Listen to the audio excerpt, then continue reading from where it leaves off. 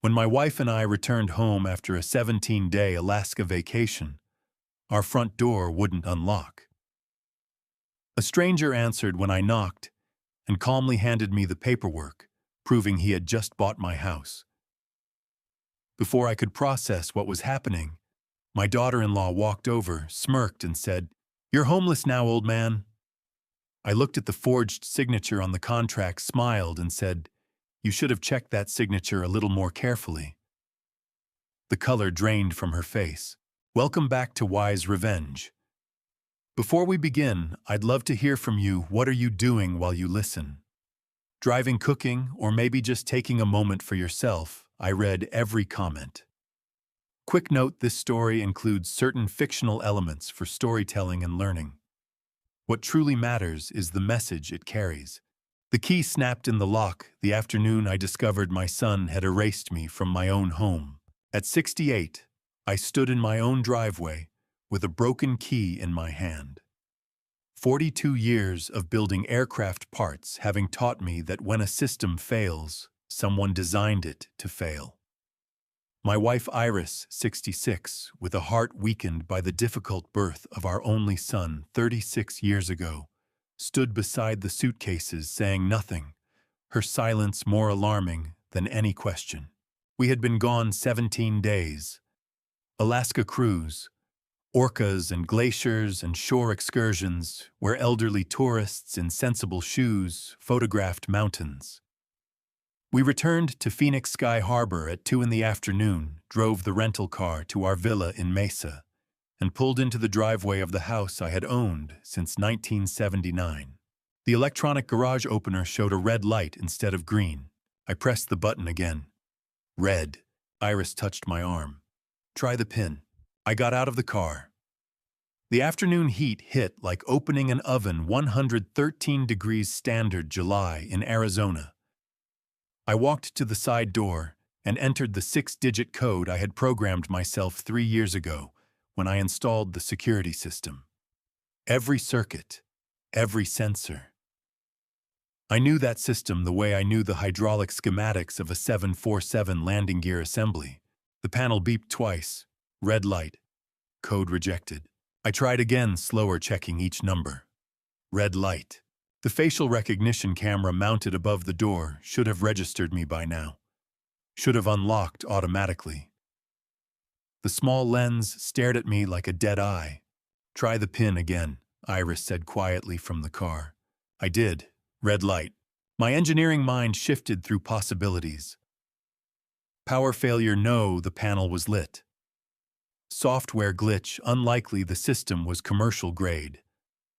User error, I had entered that code 600 times in 3 years. Muscle memory doesn't forget.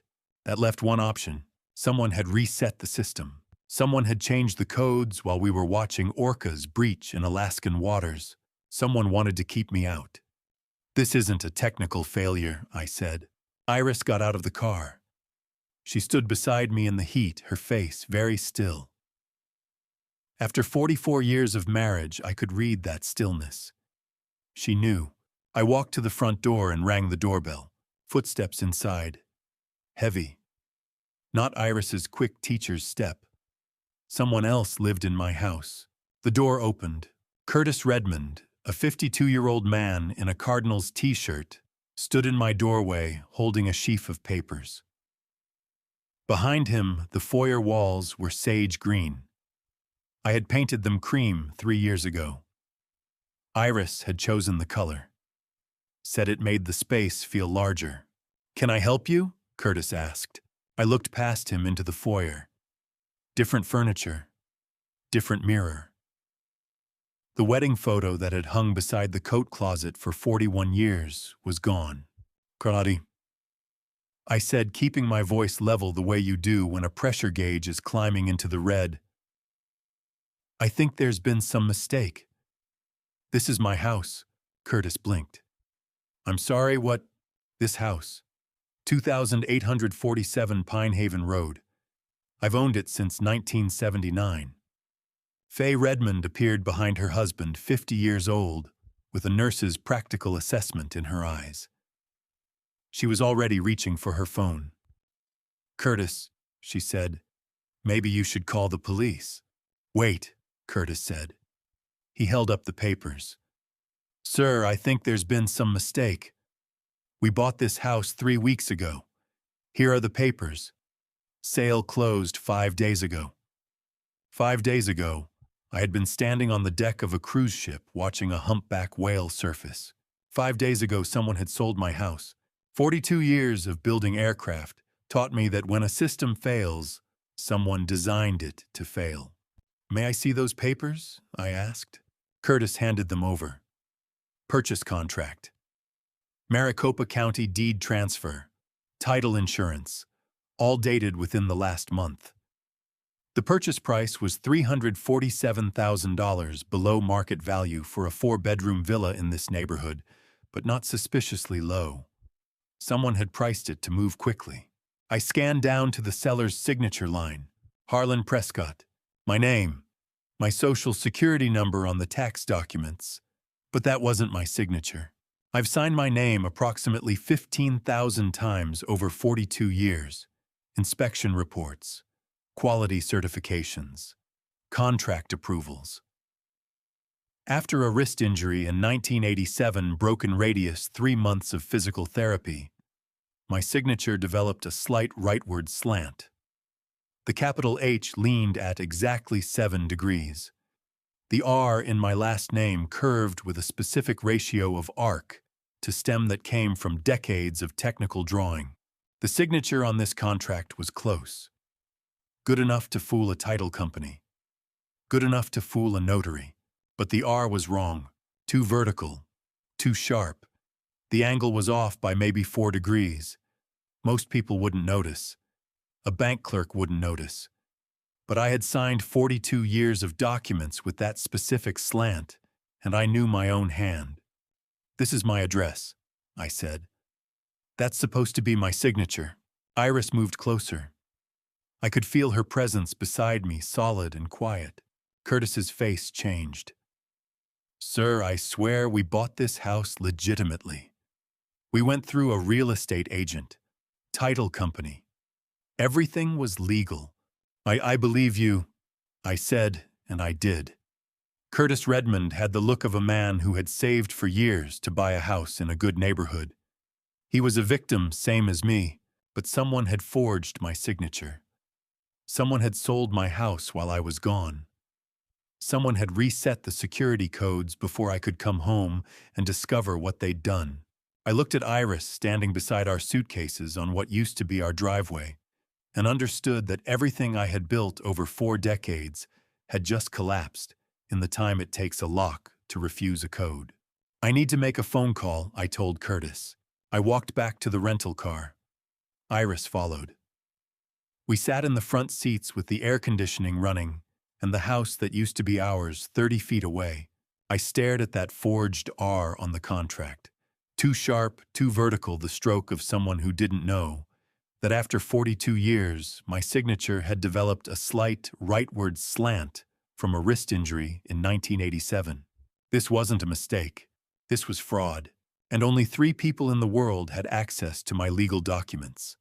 My wife, my attorney of 30 years, and my son. I pulled up Nolan's contact on my phone and stared at his name for a long time before I pressed call. My finger hovered over Nolan's contact for 30 seconds before Iris placed her hand on my thigh and I pressed call. The phone rang once, twice. When Nolan answered, my 36-year-old son's voice carried the weight of someone who already knew why I was calling. Are you back, Dad? Not hello, not how was the trip. Are you back? Those 3 words told me everything. Yes, I said. We're back. Silence on the line. I could hear breathing, could hear what sounded like a television in the background, voices and canned laughter. There are strangers in my house, Nolan, I said, keeping my voice level. They have papers saying they bought it 5 days ago, while we were in Alaska. More silence. Long enough that I checked the screen to see if the call had dropped. Nolan. I know, Dad, he said finally. I'm sorry. 3 more words. I know, Dad. Not what are you talking about? Not that's impossible. Not let me help you figure out what happened. I know, meaning he knew before I called. Knew before we landed at Sky Harbor. Knew when he helped plan it, or when he stood by and let it happen, or when he signed whatever documents made it legal. I hung up without saying goodbye. Iris sat beside me in the rental car, her hand still on my thigh. The air conditioning was running. Outside, the temperature was still over 100 degrees, even as the sun started its descent toward the western mountains. "What did he say?" she asked. I told her. She closed her eyes. Her hand tightened on my leg, and I felt the tremor in her fingers that meant her heart was working too hard. The heart that had nearly stopped twice bringing Nolan into the world. The heart that I had spent 3 years working night shifts to pay the medical bills for building aircraft parts on the graveyard shift so our son could have a mother. "We need to go somewhere," I said. "Where?" Good question. Our house was occupied by Curtis and Faye Redmond. Our furniture, our clothes, our 44 years of accumulated life, all inside a building we could no longer enter. I pulled up the GPS and entered Nolan's address. Iris looked at the screen. "Are you sure?" "No, I said. "But I need to see his face." I drove. Nolan lived in a quiet neighborhood 20 minutes away. Newer construction houses built in the last decade with 2-car garages and landscaped yards. The kind of neighborhood young professionals bought into when they wanted to start families. I parked on the street in front of his house. The suitcases were still visible in the back seat of the rental car. Anyone looking would see exactly what we were: homeless. The house was 2 stories, beige stucco tile roof. Nolan's truck sat in the driveway. Lights on inside. I could see movement through the upstairs windows. I got out of the car. Iris followed. We stood on the sidewalk as the sun dropped lower and the streetlights began to flicker on. A neighbor 3 houses down was watering his lawn. A woman walked a small dog past us, glancing at the suitcases in our car. I was about to walk to the front door when the second-floor balcony door opened. Celeste stood on the second-floor balcony of my son's house, 35 years old, with freshly styled hair and a wine glass, smiling down at us like we were strangers begging at her gate. "Oh," she called out, her voice carrying across the quiet street. "You're back. You look tired." She took a sip of wine. "But since the house isn't yours anymore, why come here? It looks quite strange to the neighbors, don't you think, an elderly couple standing on the street with suitcases?" I heard a door open somewhere. The man watering his lawn had turned to watch. The woman with the dog had stopped walking. Celeste was making sure everyone could hear. "Did you enjoy Alaska?" She continued, leaning on the balcony rail. "I've always wanted to see glaciers. Must be nice to take such long trips when you're retired. No responsibilities." Iris touched my arm. "Let's go," she said quietly. I didn't move. I was looking past Celeste to the doorway behind her, where my son stood in shadow. Nolan was there, hands in his pockets. Visible but not stepping forward. Not speaking. Not telling his wife to stop. Not defending his parents who were being mocked on a public street, just standing there. "Harlan," Iris said more urgently. 3 words. I know Dad told me everything I needed to know, and they also told me the son I had raised for 36 years was standing on the other side of a boundary I didn't know if he could ever cross back over. I had taught Nolan to read blueprints when he was 12, had shown him how to measure twice and cut once, had explained that in engineering precision matters because lives depend on it, had believed I was raising a man who understood that some things, integrity, responsibility, protecting the people who protected you, were structural, load-bearing, non-negotiable. I had been wrong. Celeste said something else. I didn't hear it. I was watching my son, waiting for him to step forward, to say something, to show even the smallest resistance to what was happening. He didn't move. Neighbors were watching from their lawns and windows. Some I'd met at Nolan's backyard barbecues over the past 4 years, and I understood Celeste had chosen this public display deliberately to make sure everyone saw the old couple standing homeless on the street while she held court from her balcony. And my son let it happen. "Please," Iris said. I turned and walked back to the car. Iris followed. I started the engine and pulled away from the curb, slowly, carefully, the way you drive when your hands want to do something violent, but your training won't allow it. In the rearview mirror, I could see Celeste still on the balcony, still holding her wine glass. And behind her, barely visible in the doorway, my son standing in shadow, like a man who had forgotten how to step into the light. I didn't look at Celeste holding her wine glass like a trophy. I looked at my son standing in the doorway shadow behind her hands in his pockets, unable to meet my eyes. And I realized then that I had lost more than a house.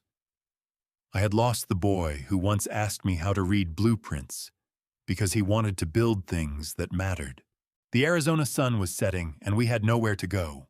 The workshop cabin smelled exactly as I'd left it 3 years ago, machine oil, sawdust, and the particular silence of a place where broken things wait to be fixed. I drove us 20 minutes east into Apache Junction as the last light drained from the sky. Iris sat in the passenger seat without speaking, her hands folded in her lap the way they got when she was processing something too large to fit into words. The cabin sat on a half-acre lot I'd bought in 1981, back when I thought retirement meant building furniture instead of aircraft parts. A single-story log structure with a metal roof and windows I'd installed myself. I unlocked the door.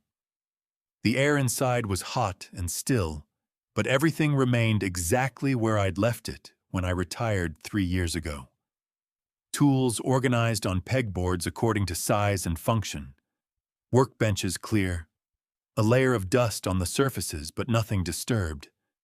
The dry Arizona air preserved everything like a time capsule. Iris walked to an old wooden chair in the corner and sat down slowly. I watched her face in the dim light coming through the windows. "Do you remember the first time you brought me here?" she asked.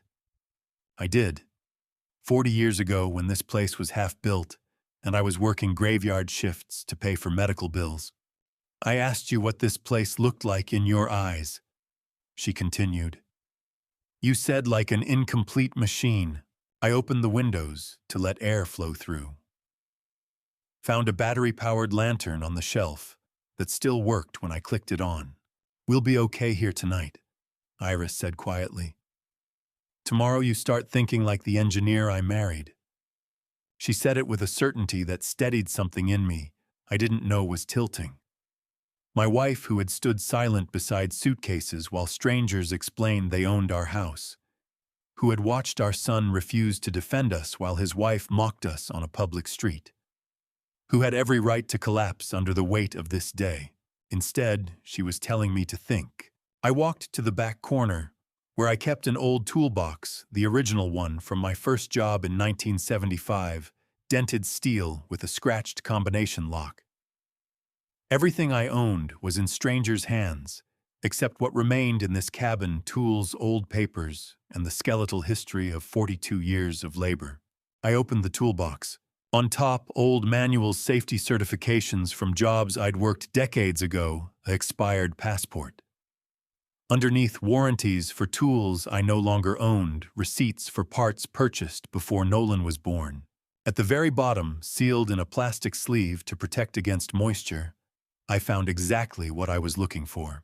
The original house purchase contract from 1979, the trust paperwork from 2015, and underneath those a document I had almost forgotten a copy of: the medical power of attorney Nolan had asked me to sign 2 years ago.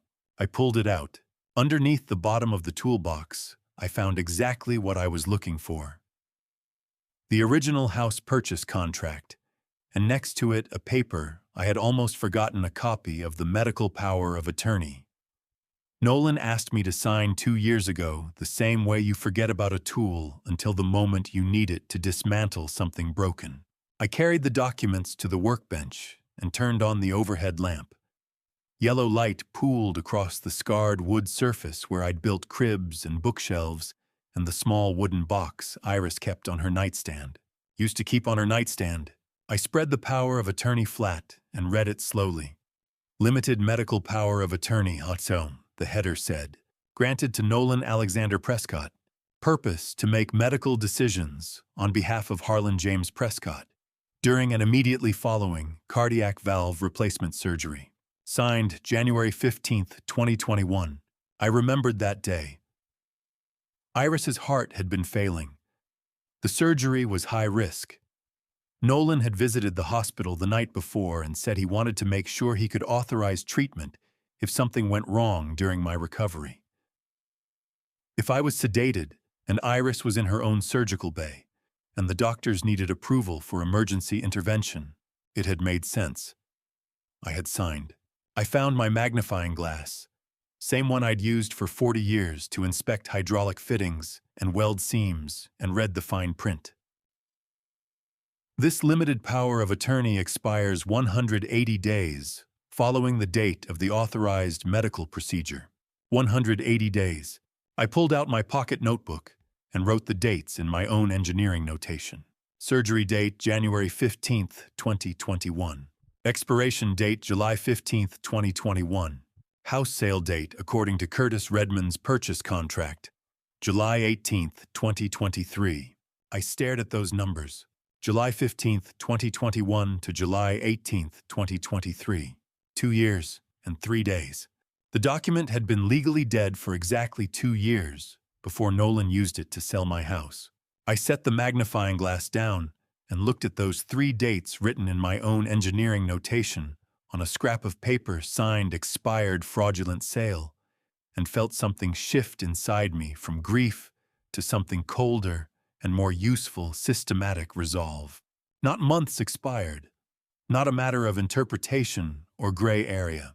2 years, combined with the forged signature, the wrong angle on the R that only an engineer who'd signed 42 years of inspection reports would catch the legal case was clear. Under Arizona law, a contract executed under false authority is void ab initio. Void from the beginning. Not voidable. Not subject to ratification. Never legally valid in the first place. Curtis and Faye Redmond might have bought the house in good faith, but they had bought it from someone who had no legal authority to sell it, which meant the transaction never happened, which meant the house was still mine. Iris had fallen asleep in the chair, her head tilted against the wall.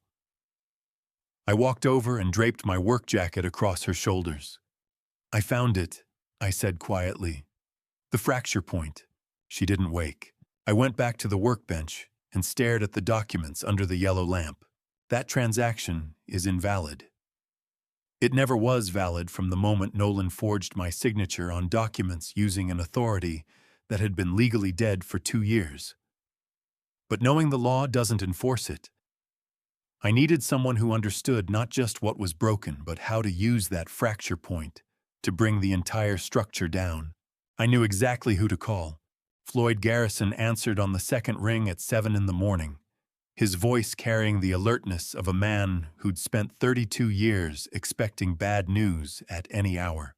I sat on the cabin porch with coffee going cold in my hand, and the expired power of attorney spread on the wooden table beside me. The sun was just clearing the mountains to the east, turning the desert gold. "Tish Floyd," I said. "I need your help." "Go ahead." Floyd Garrison, 71, and retired from Arizona State Investigations for barely a year, listened to my 5-minute explanation in complete silence before asking one question. I told him everything. The Alaska cruise. Coming home to find strangers in the house. The forged signature with the wrong angle on the R. The expired power of attorney that Nolan had used anyway. "Explain it to me like you're diagnosing a failed turbine," Floyd said. 5 minutes. Just the facts. So I did. Surgery date January 2021. POA expiration July 2021. House sale July 2023. 2 years and 3 days after the authorization died. Combined with signature forgery. Transaction void ab initio under Arizona law. Floyd said nothing while I talked. I could hear him breathing, could picture him in his home office taking notes the way he always did, precise block letters, underlined key points. When I finished, he was quiet for maybe 10 seconds. "What's your daughter-in-law's maiden name?" he asked. The question caught me off guard. "Baines," I said. "Celeste Baines." Floyd's voice changed, from professional curiosity to something darker. Recognition. "Give me 24 hours, he said, and hung up. Floyd had been my friend for 25 years since we met at a community board meeting about industrial zoning, and I had never heard his voice change the way it did when I said Celeste's maiden name from professional curiosity to something darker like recognition.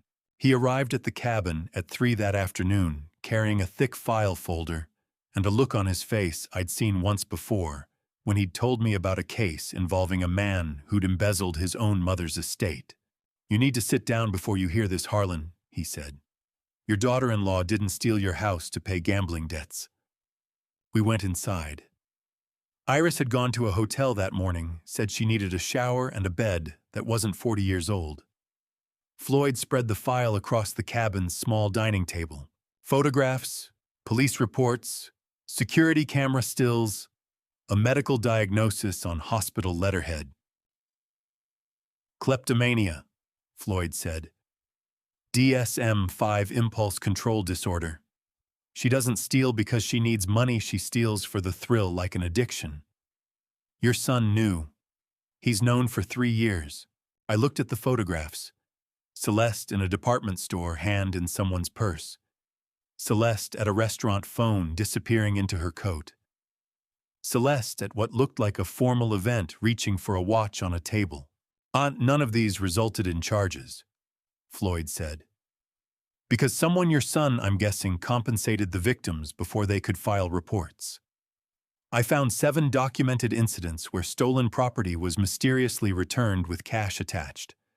No notes, no explanation, just restitution.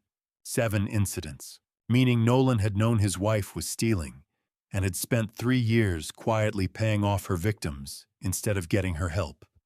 This one's different," Floyd said, pulling out another set of photos. 3 weeks ago, Arizona Biltmore Charity Gala, high-end fundraiser lot of wealthy donors. Security footage shows Celeste stole a Rolex from a businessman named Graham Whitfield. $45,000.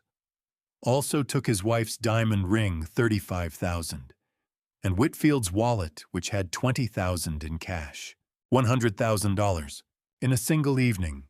"Oh, she didn't steal to survive," Floyd continued. "She stole the way others play cards, and this time she overplayed her hand."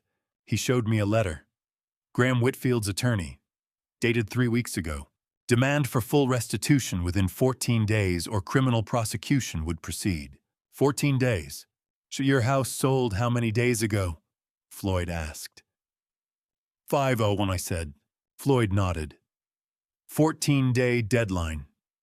Your son had 2 weeks to come up with $100,000 or watch his wife go to prison for felony grand theft. I sat down. The detective explained kleptomania the way I might explain mental fatigue, not a moral failing, but a structural flaw in the system, a compulsion that starts small and escalates under stress until catastrophic failure becomes inevitable. "Treatment exists," Floyd said. "Cognitive behavioral therapy. SSR is for impulse control, but it requires the person to want help. Does Celeste want help?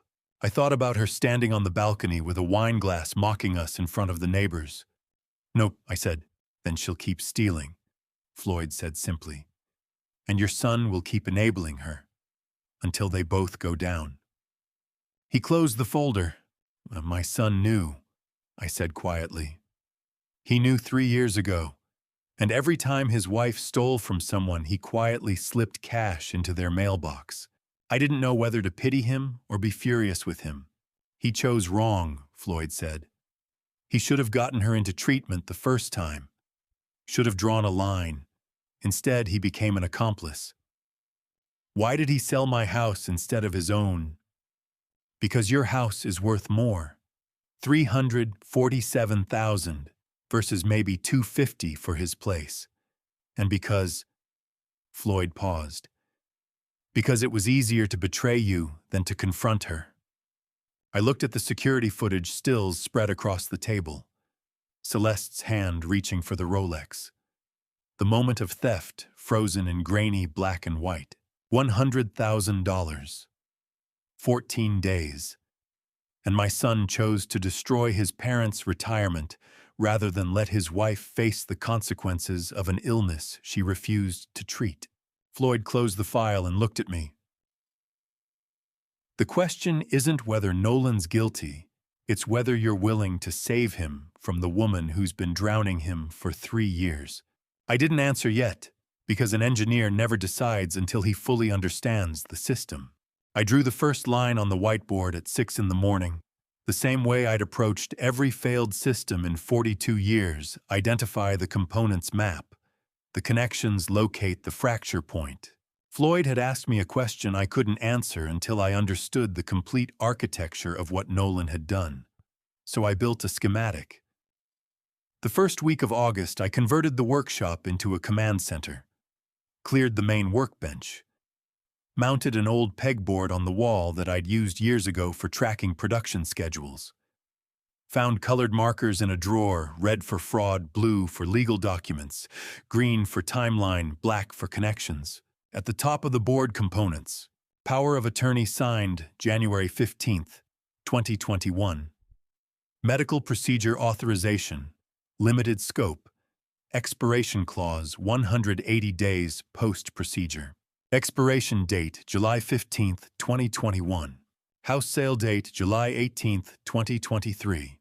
Alaska cruise dates July 8th to 18th, 2023. I drew arrows connecting them. Calculated the gap between expiration and fraudulent use. 24 months, 3 days. 2 years and 3 days after the power of attorney became legally void, Nolan had used it to forge documents selling my house. Broken machinery always has a fracture point, I said aloud to the empty workshop. The component that failed first that caused the cascade. Human beings are the same. Find the fracture point and you control the machine. I added another line forged signature. Letter R, angle 7 degrees off. Wrist injury 1987 created rightward slant in authentic signature. Forger didn't know about injury produced vertical R instead. Every detail documented. Every deviation mapped. Every connection traced. Under timeline. I added Celeste's theft pattern per Floyd's report. Gala theft 3 weeks before house sale. Whitfield's 14-day ultimatum.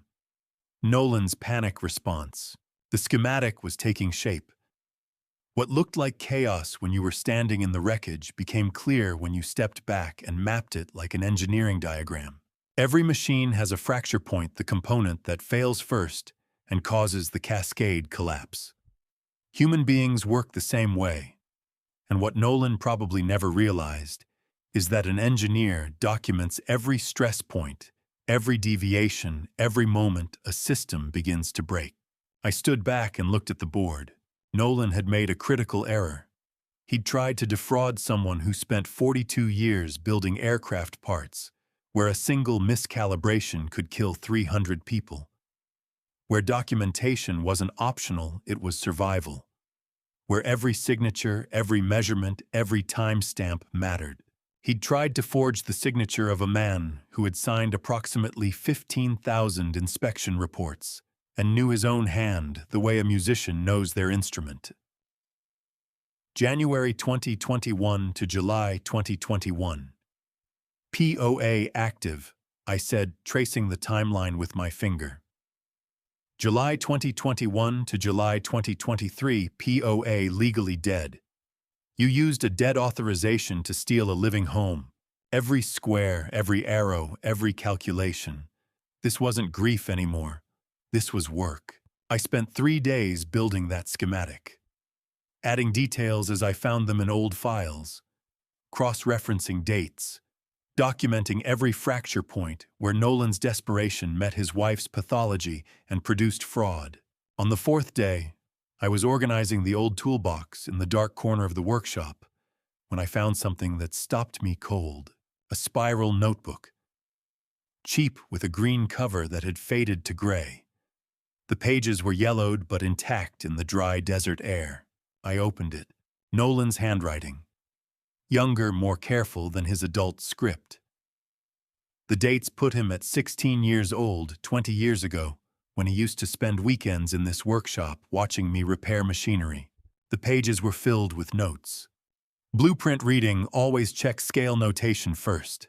Then cutting force calculation: material hardness times blade geometry times feed rate. Lathe tolerances: 0.001 inch precision for bearing surfaces. Dad says measure twice, cut once, because metal doesn't forgive mistakes. Page after page. A teenager trying to absorb everything his father knew, writing it down the way students do when they want to remember something important. I turned to the last page. The handwriting was neater here, like he'd copied something sacred. Dad says a good machine does its job without needing applause. I want to be that kind of man. I stood in that dim corner of the workshop, holding my son's 20-year-old notebook, and understood that the cruelest betrayals aren't the ones that come from strangers. They're the ones that come from people who once knew exactly what integrity looked like and chose to walk away from it anyway. That 16-year-old boy wrote those words in this workshop, probably sitting at the same workbench where I now documented his betrayal. I want to be that kind of man. Had he become that kind of man? Or had Celeste found him when he was still soft enough to reshape, still searching for applause from someone, anyone who made him feel necessary? I set the notebook down beside the whiteboard schematic. Two versions of my son. The one who wanted to be a good machine, and the one who stood silent on a balcony while his wife mocked his parents. The question wasn't whether to forgive him. The question was whether that boy still existed inside the man who chose Celeste over everything his father taught him. I looked at the whiteboard. Every component mapped, every connection traced, every fracture point identified. The fraud was systematic, documentable, prosecutable. But the boy who wrote that notebook, the one who took careful notes about tolerances and precision and doing good work without needing applause, what happened to him? I want to be that kind of man. That 16-year-old boy, earnest, careful, trying so hard to learn his father's precision. Is he still inside the 36-year-old who stood silent while Celeste mocked us from the balcony? Or did Celeste purge him from that body long ago, leaving only the shell that forges signatures and pays hush money? I didn't know yet, but I was about to find out exactly how deep Nolan's complicity ran. Floyd spread 23 incident reports across his desk in chronological order, like an engineer laying out failed components, each one a small theft that Celeste had gotten away with, until the pattern became undeniable. The second week of August, I drove to Floyd's office in Mesa. Small place above a tax preparation service, 2 rooms and a window that overlooked a strip mall parking lot. Floyd had retired from state investigations barely a year ago, but he still kept an office for private work. He'd spent that week pulling records. 23 incidents over 4 years, Floyd said, gesturing at the papers. Across venues she attended. Birthday parties, weddings, charity events, company meetings. Value of each was small, $50 to $500. No one filed formal charges. Most dismissed it as misplacement. I picked up the first report. Birthday party, March 2020. Missing wallet containing $80 cash. Host remembered seeing it on the kitchen counter. Assumed it fell behind the counter or got thrown out with wrapping paper. Second report. Wedding reception, June 2020. Bridesmaid's phone disappeared from a table. Found 3 days later in the venue's lost and found with a $50 bill tucked inside and a typed note, "So sorry, found this in the parking lot." The note had been Nolan. I knew it before Floyd confirmed it. Third report. Charity Luncheon, September 2020. Woman's bracelet valued at $400, never recovered. No charges filed because the woman's insurance covered it. On and on. 23 incidents. Small items, crowded settings, busy victims who didn't notice until hours later, sometimes days. Quite to do, she targeted small items, crowded settings, busy victims, Floyd said. She isn't an amateur thief, Harlan. She has a system. And the charity gala was the first time she exceeded her own parameters because the thrill was too high. I looked at the timeline Floyd had constructed. The thefts escalated in frequency.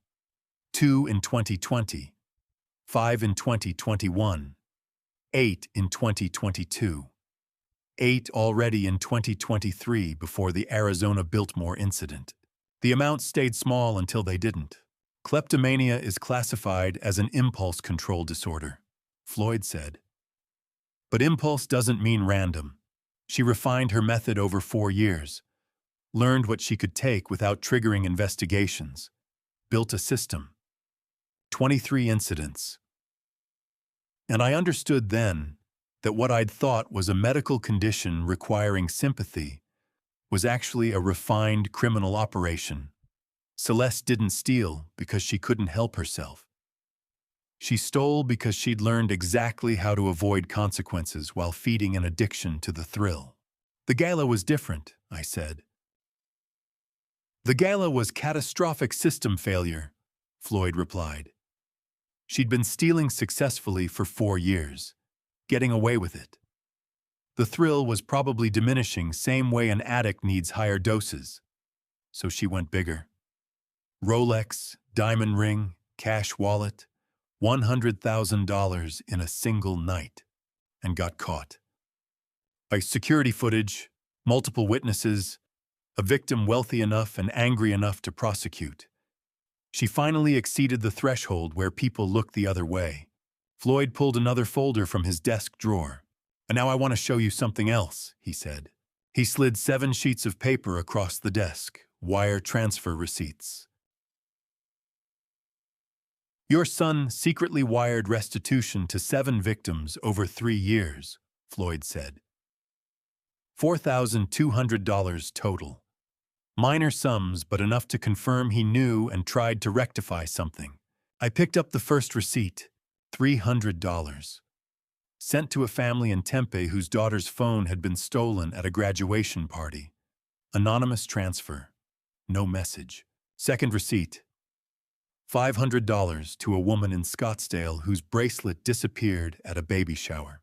Third receipt, $800 to a couple whose wedding bands were taken from a gym locker. 7 transfers, 7 families, $4,200. He knew, I said quietly. He knew about at least 7 incidents, Floyd confirmed. Probably more. These are just the ones I could trace through banking patterns. I stared at the receipts. 7 cash envelopes quietly sent to 7 families who had no idea where the money came from. Insufficient. Wrong execution. But not completely devoid of conscience. This will be a strong mitigating factor at sentencing, Harlan, Floyd said.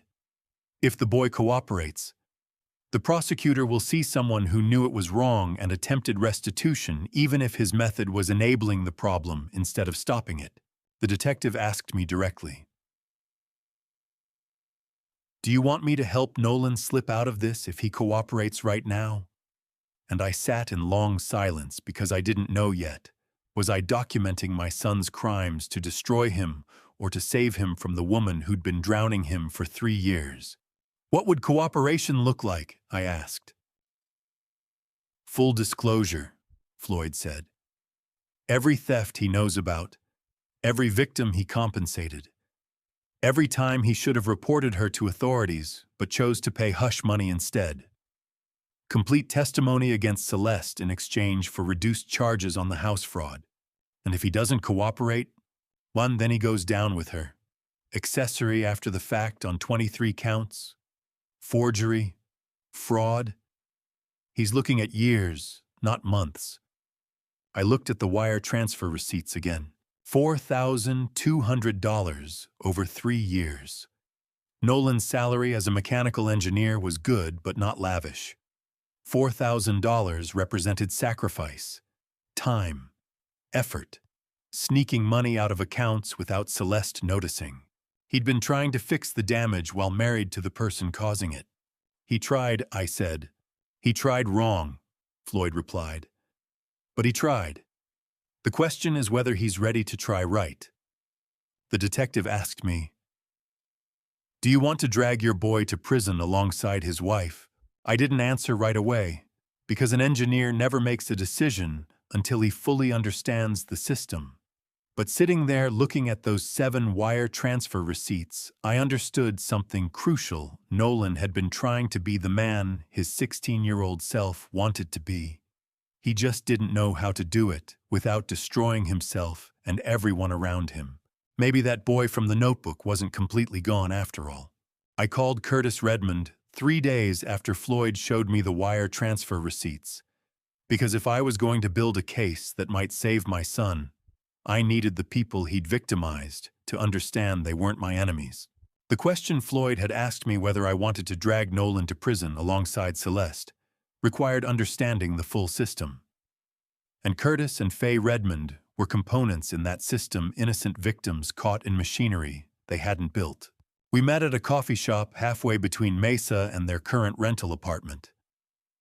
Mid-August, 3 in the afternoon. The place was half empty, just a few students with laptops and an elderly couple sharing a pastry. Curtis and Faye arrived together. They looked tired. Faye's eyes were red-rimmed like she'd been crying recently. Curtis had the careful posture of a man trying to hold himself together. I stood when they approached. "Thank you for meeting me," I said. We sat. I'd brought my folder copies of the expired power of attorney, the forged signature analysis, Floyd's timeline documentation.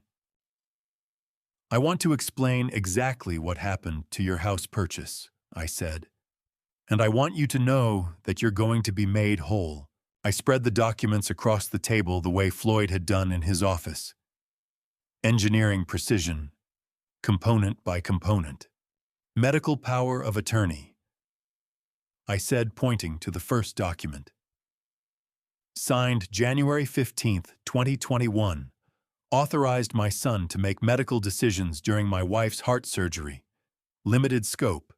Expiration clause 180 days. Curtis leaned forward reading. Expiration date July 15th, 2021. I continued. Your house sale date July 18th, 2023. That's 24 months after this document became legally void. Faye put her hand to her mouth. The transaction is invalid under Arizona law, I said. Void ab initio, which means void from the beginning. As bona fide purchasers, your title insurance will fully indemnify you, including moving costs and distress. We didn't know, Curtis said quickly. We went through a real estate agent, title company. Everything looked legal. And I know, I said. You're victims, same as me. Faye started crying. Not loud.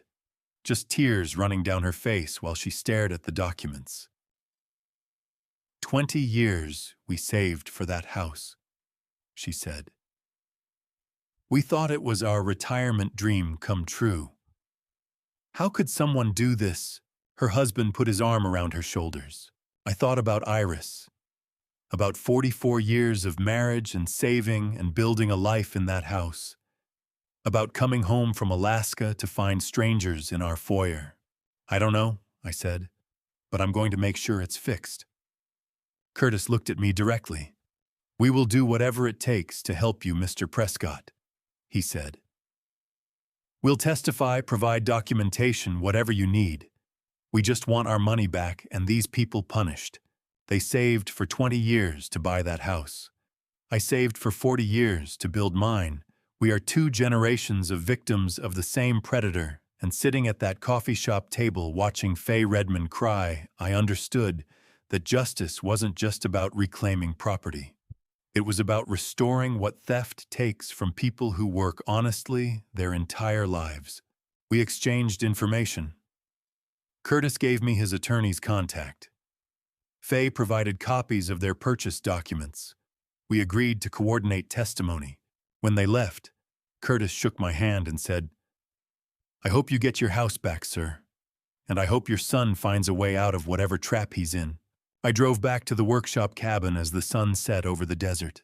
That night, alone in the cabin with just the workbench lamp for light, a memory surfaced. March or April 2023.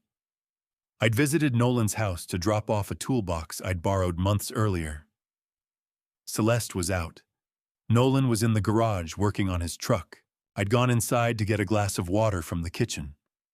On the way back through the living room, I'd noticed a side table drawer slightly ajar, inside a brown leather wallet. Not Iris's style, not Celeste's, not Nolan's. His wallet was black and always in his back pocket. I'd stood there for maybe 10 seconds looking at it. Thought that's odd. Thought maybe it's a gift Nolan's hiding for someone. Thought don't be a paranoid old man. I'd closed the drawer and left, the brown leather wallet in the drawer. At the time, I told myself I was just an anxious old man seeing problems where there were none. That it was probably a gift Nolan was hiding or something innocent I couldn't understand. But it wasn't innocent. It was stolen. And I saw it with my own eyes and did nothing because I didn't want to be the paranoid father who questioned every small detail. The wallet sat in my memory like a component I'd overlooked in a machine schematic, small, seemingly irrelevant at the time, but actually the fracture point where everything began to fail and I'd been too polite to my son's marriage to question why it was there. How many other signs did I miss? How many times did Celeste steal in front of me? And I was too polite, too trusting, too desperate to believe my son had married someone good. I thought back through family dinners, holiday gatherings, the times Celeste would excuse herself to use the bathroom at restaurants and come back 5 minutes later with her purse positioned differently. The time at Iris's birthday party, when a guest mentioned her earrings had gone missing, and Celeste had been so helpful searching for them. The time at a barbecue when Nolan's co-worker couldn't find his car keys, and we'd all assumed they'd fallen behind the grill. How many times had I seen the edges of her pattern and dismissed them as coincidence? I sat in the workshop cabin at 11 at night, with that memory sharp and clear understanding that the signs had been there for years. I'd just chosen not to see them. Because good fathers trust their sons' choices. Because good fathers-in-law don't accuse without proof. Because polite people give others the benefit of the doubt. But engineers know that ignoring fracture warnings doesn't prevent failures. It just makes them catastrophic when they finally come. The brown leather wallet in the drawer. The strange items I'd seen but dismissed. The times Celeste left rooms carrying bags that seemed heavier than when she'd entered. I'd seen the signs months ago, maybe years ago, and done nothing because good fathers trust their sons' choices, and good fathers-in-law don't accuse without proof. But engineers know that ignoring fracture warnings doesn't prevent failures. It just makes them catastrophic when they finally come. It was time to stop being polite and start documenting every fracture I'd ignored.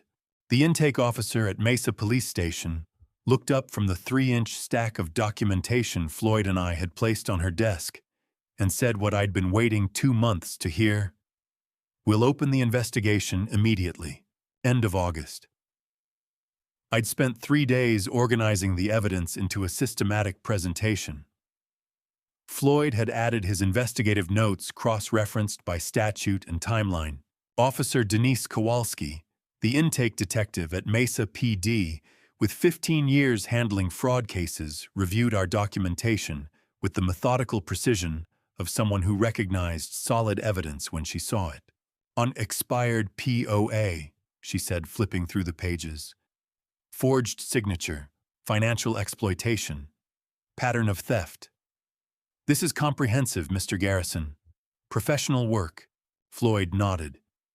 "The evidence documents itself. POA expired July 2021, fraudulent use July 2023. Signature forgery confirmed by forensic comparison. 23 victims over 4 years. Officer Kowalski made notes on her intake form. Arizona Revised Statute 13-2002 for the forgery, she said. ARS 46-456 for financial exploitation of vulnerable adult.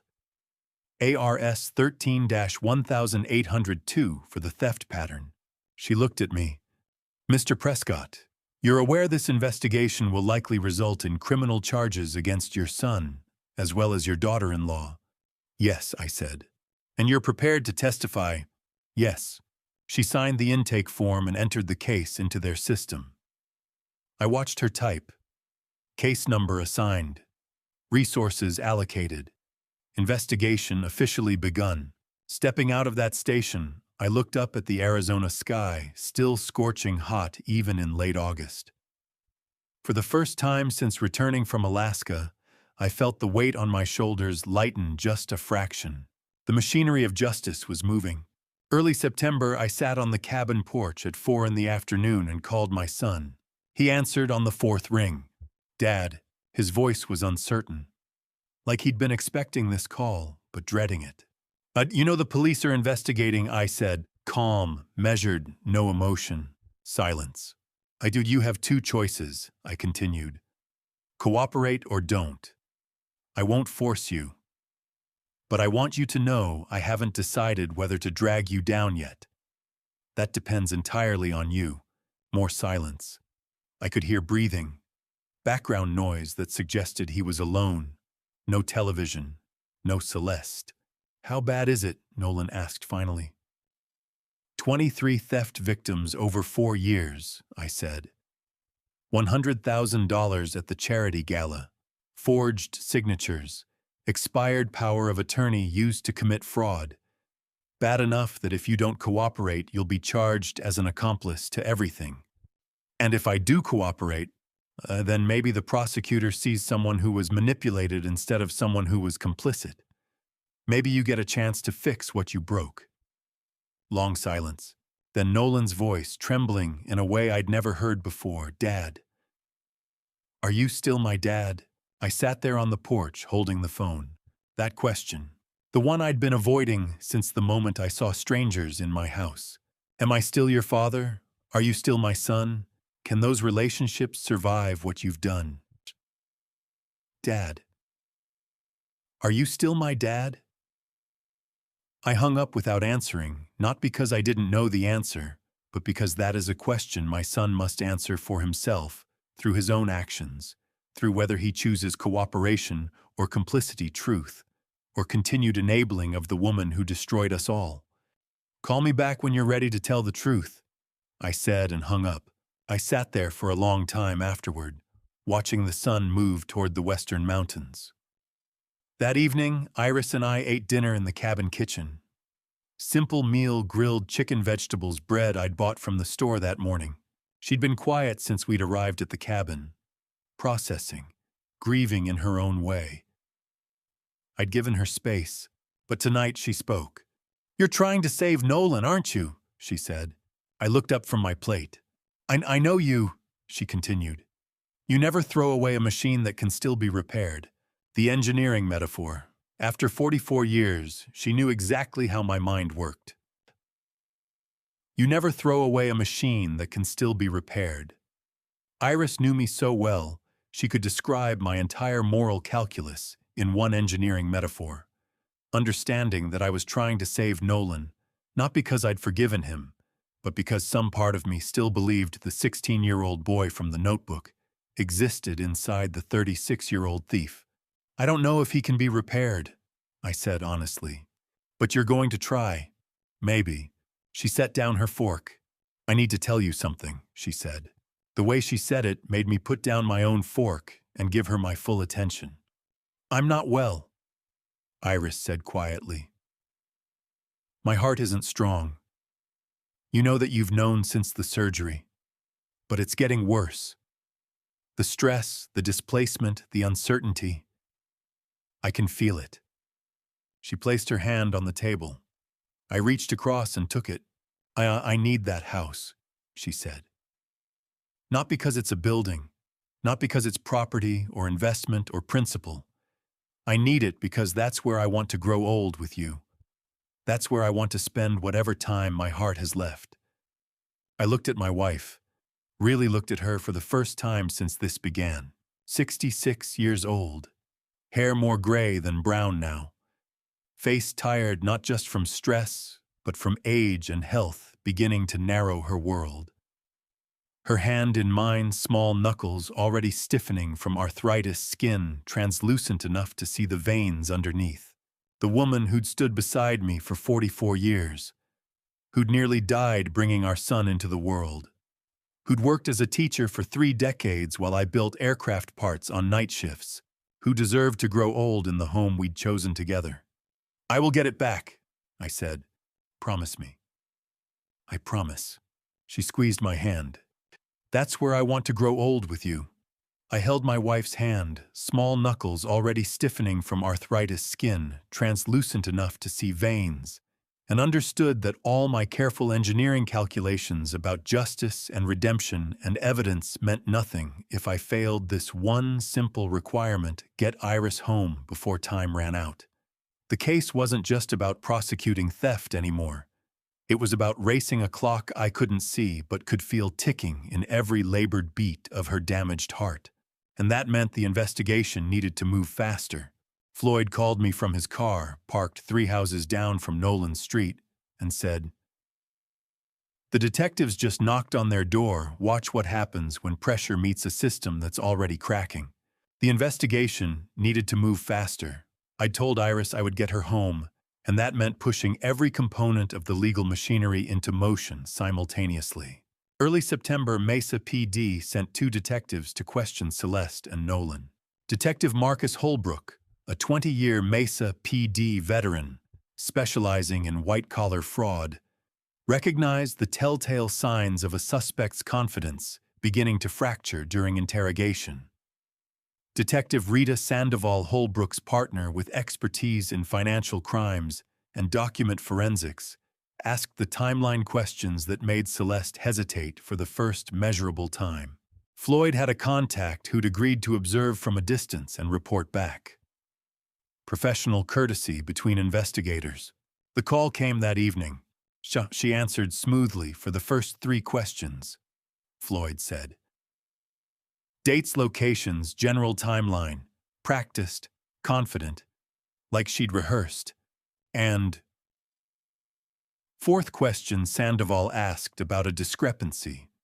"The sale contract shows a closing date of July 18th, but the notary stamp is dated July 15th. I waited. Celeste hesitated, Floyd said. 2 seconds, then said, "I would need to check with our real estate agent about those details." 2 seconds. Doesn't sound like much to most people. "And Nolan," I asked.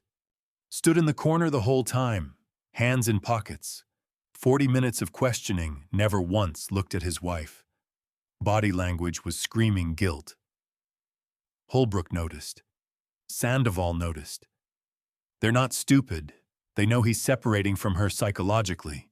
The detective called me that night and said, "Your daughter-in-law hesitated for 2 seconds." Which doesn't sound like much until you understand that in interrogations, hesitation is like a crack in a pressure vessel, invisible to casual observers, but catastrophic to engineers who know that fractures always propagate from the smallest imperfections. "Holbrook thinks Nolan's close to breaking," Floyd continued. "Said to give it another week of pressure. They'll call him in for a separate interview. See if he talks without her in the room." I hung up and sat on the cabin porch watching the sun set. Celeste had hesitated. Nolan hadn't looked at her for 40 minutes. The system was cracking. Mid-September, I went to the back corner of the workshop, where I kept equipment I hadn't used in years. Found what I was looking for in a metal case with foam padding. The audio recording device I'd custom-built 15 years ago, originally designed for testing machine acoustic quality. Industrial-grade microphones calibrated to capture bearing failures and metal stress at precise frequencies. I'd used it to diagnose problems in rotating assemblies, listening for the specific sound of a shaft beginning to fail, the high-frequency vibration that meant catastrophic breakdown was imminent. I brought it to the workbench and opened the case. The device was simple: 4 microphones. Digital recorder. Battery pack rated for 72 hours continuous operation. Designed to be placed in harsh environments, machine shops, testing facilities, anywhere you needed clean audio despite background noise. I replaced the batteries, tested the system, played back a recording of my own voice. Clear, perfect fidelity. 15 years ago, I built this to listen for metal fatigue in rotating assemblies. I said aloud to the empty workshop. Now I'll use it to capture the sound of a marriage fracturing under the weight of lies. I placed the recording device on the shelf between a torque wrench and a dial caliper, camouflaged perfectly among tools I'd used for 42 years to measure precision, and understood that this entire workshop, the place where I'd taught my son to build things that mattered, would now become the room where I documented how completely he'd broken everything I'd tried to give him. The microphones had a range of 20 feet. They would capture any conversation in the cabin's main room with courtroom-quality audio. I told no one. Not Floyd, not Iris, not the police, because engineers understand that announcing a trap before deployment defeats its purpose. I knew Celeste would come eventually, when the pressure increased enough, when she learned the police had comprehensive evidence, when she realized her practiced evasion wasn't working.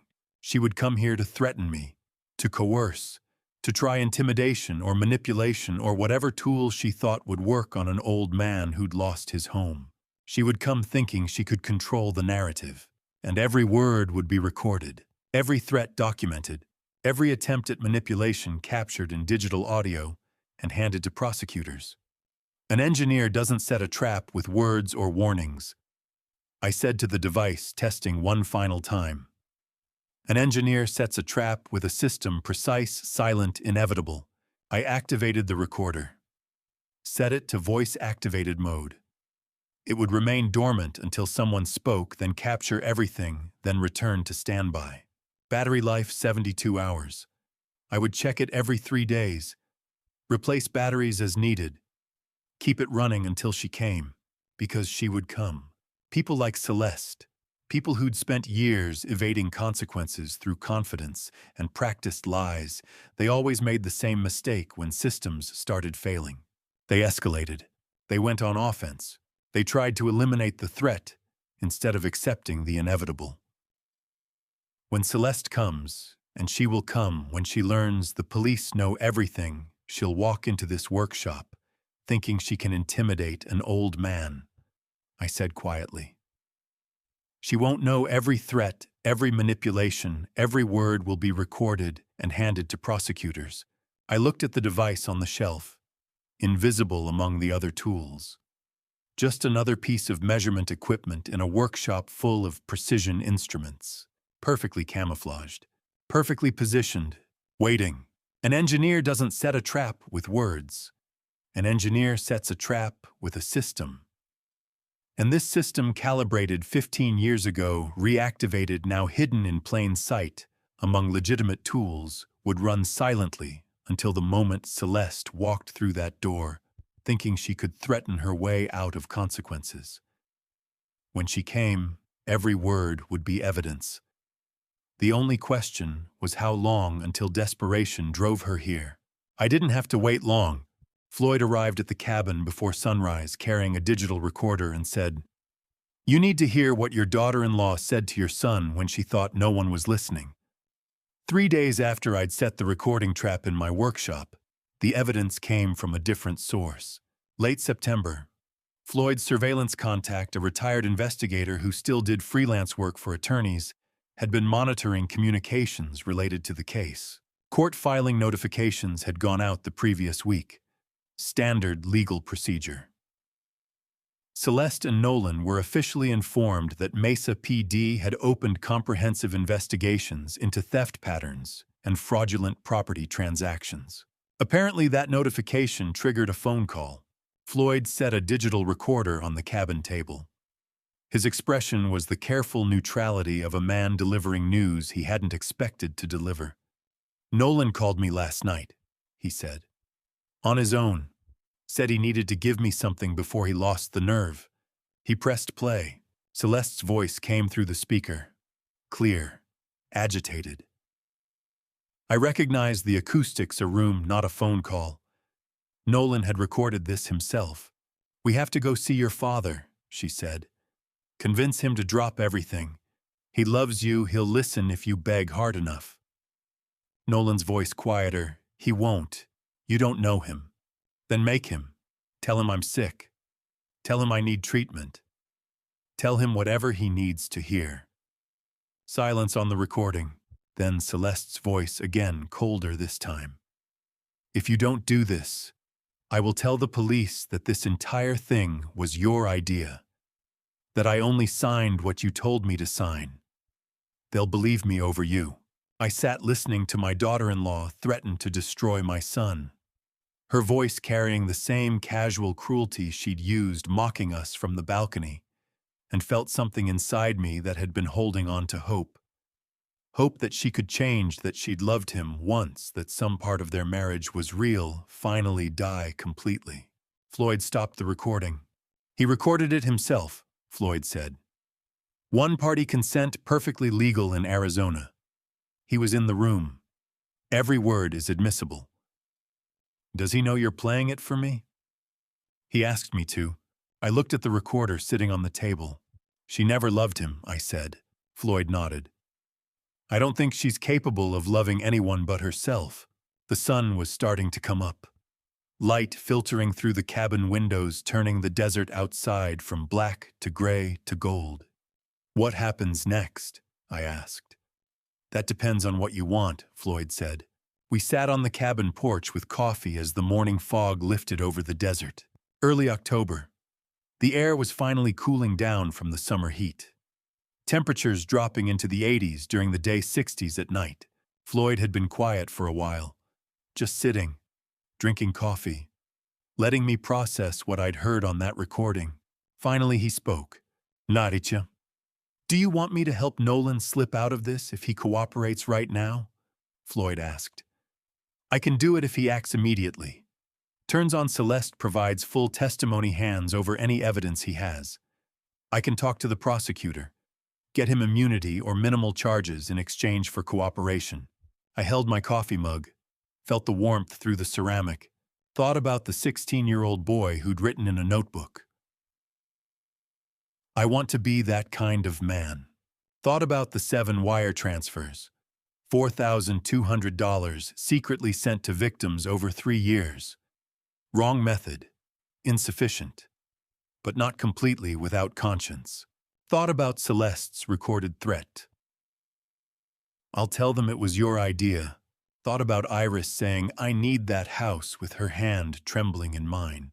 An engineer doesn't fix a machine by hiding the fractured component beneath cosmetic repairs. You disassemble it. Expose the damage to light, measure the extent of failure, and decide what can be salvaged versus what must be replaced. And I was choosing that path for my son, even though it would hurt us both. No, I said finally. Floyd looked at me, surprised. Don't shield him, I continued. Let him face the consequences. You're sure? Yes. I set down my coffee. But, I said, document everything he did to mitigate it. The 7 compensations he made to victims. The recordings he might have of conversations with Celeste. Everything.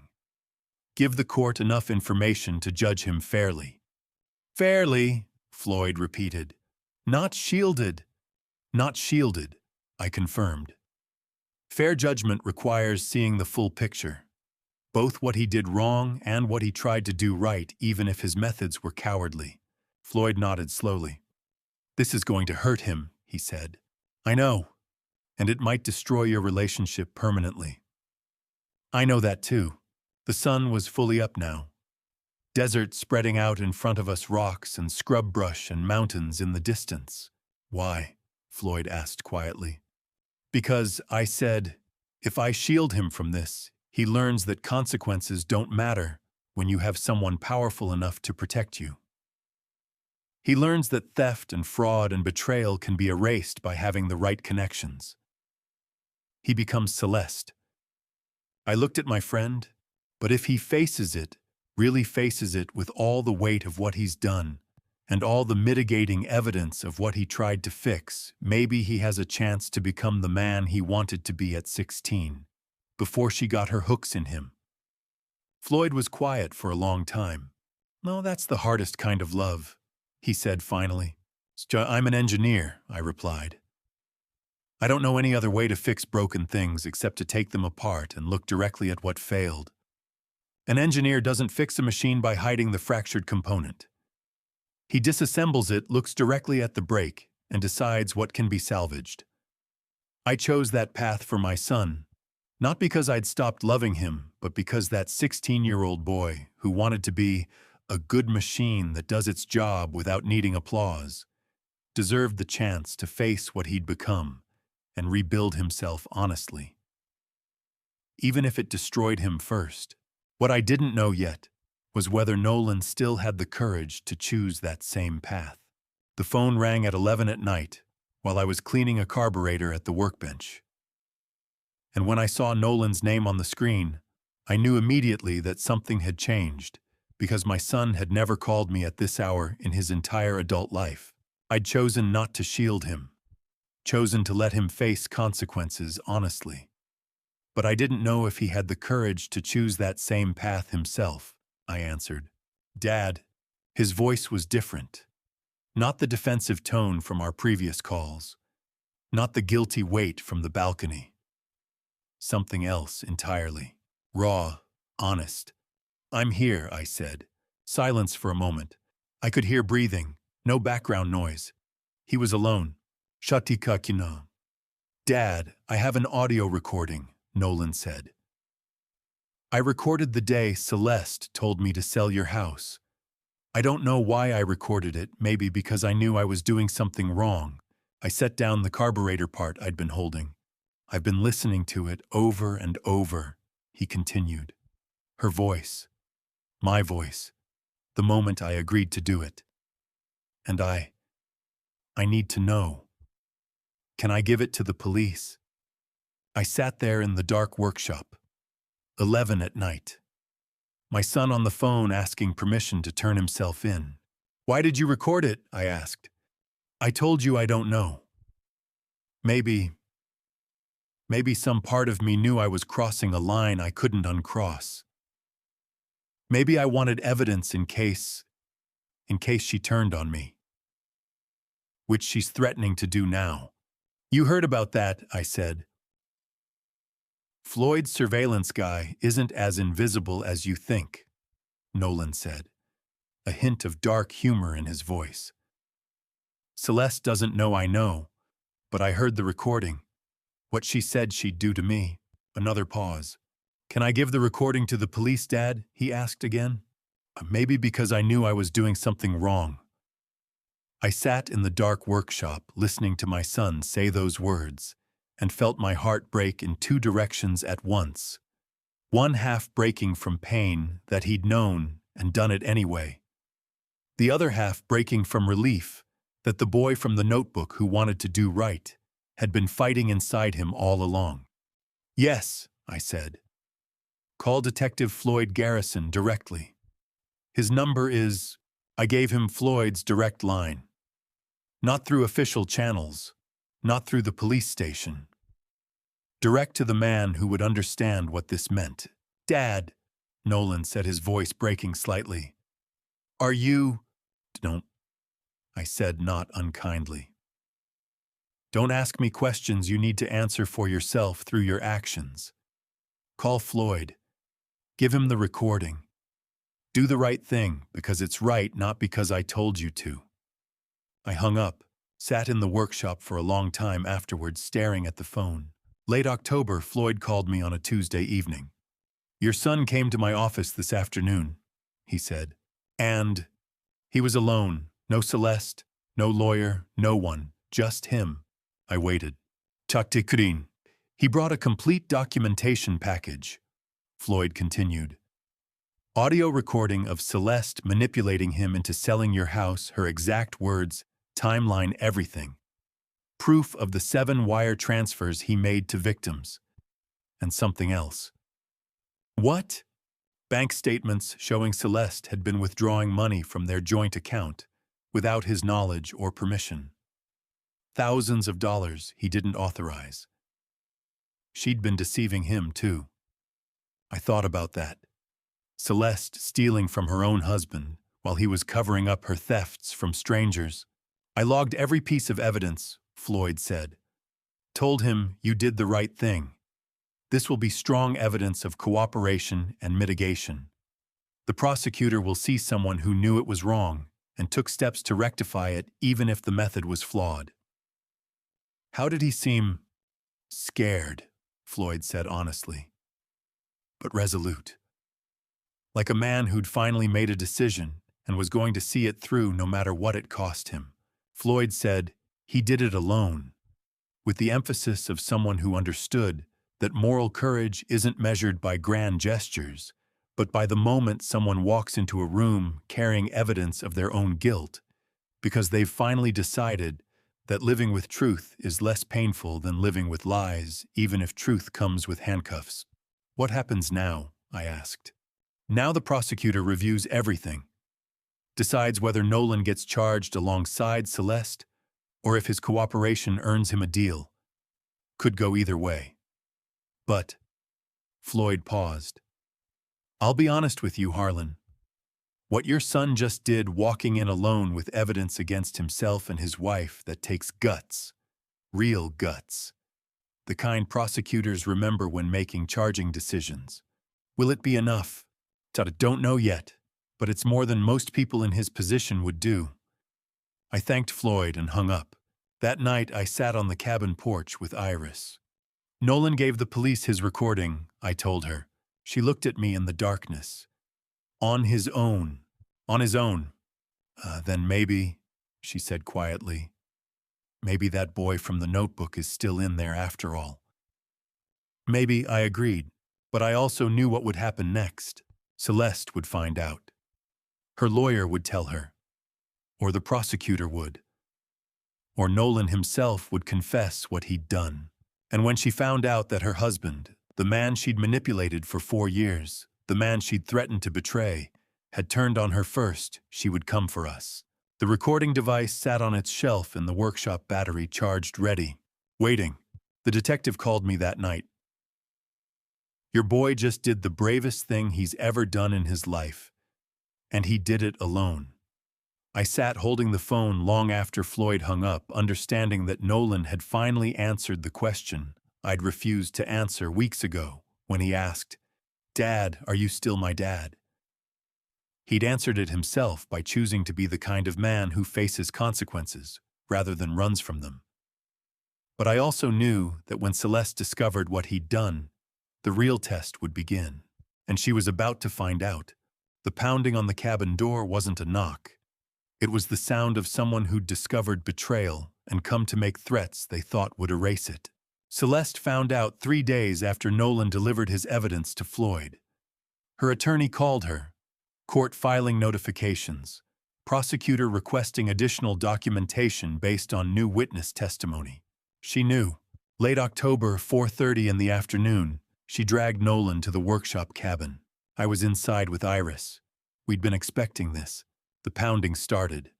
Not knocking, pounding, fist against wood. "I know you're in there," Celeste shouted through the door.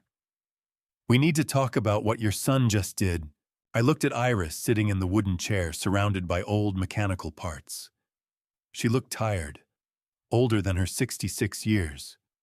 But her eyes were steady. I walked to the door and opened it. Celeste stood on the porch, face flushed with rage. Nolan behind her, pale and silent. "Come inside," I said calmly. She didn't hesitate. Pushed past me into the cabin. Nolan followed, not meeting my eyes. I closed the door behind them.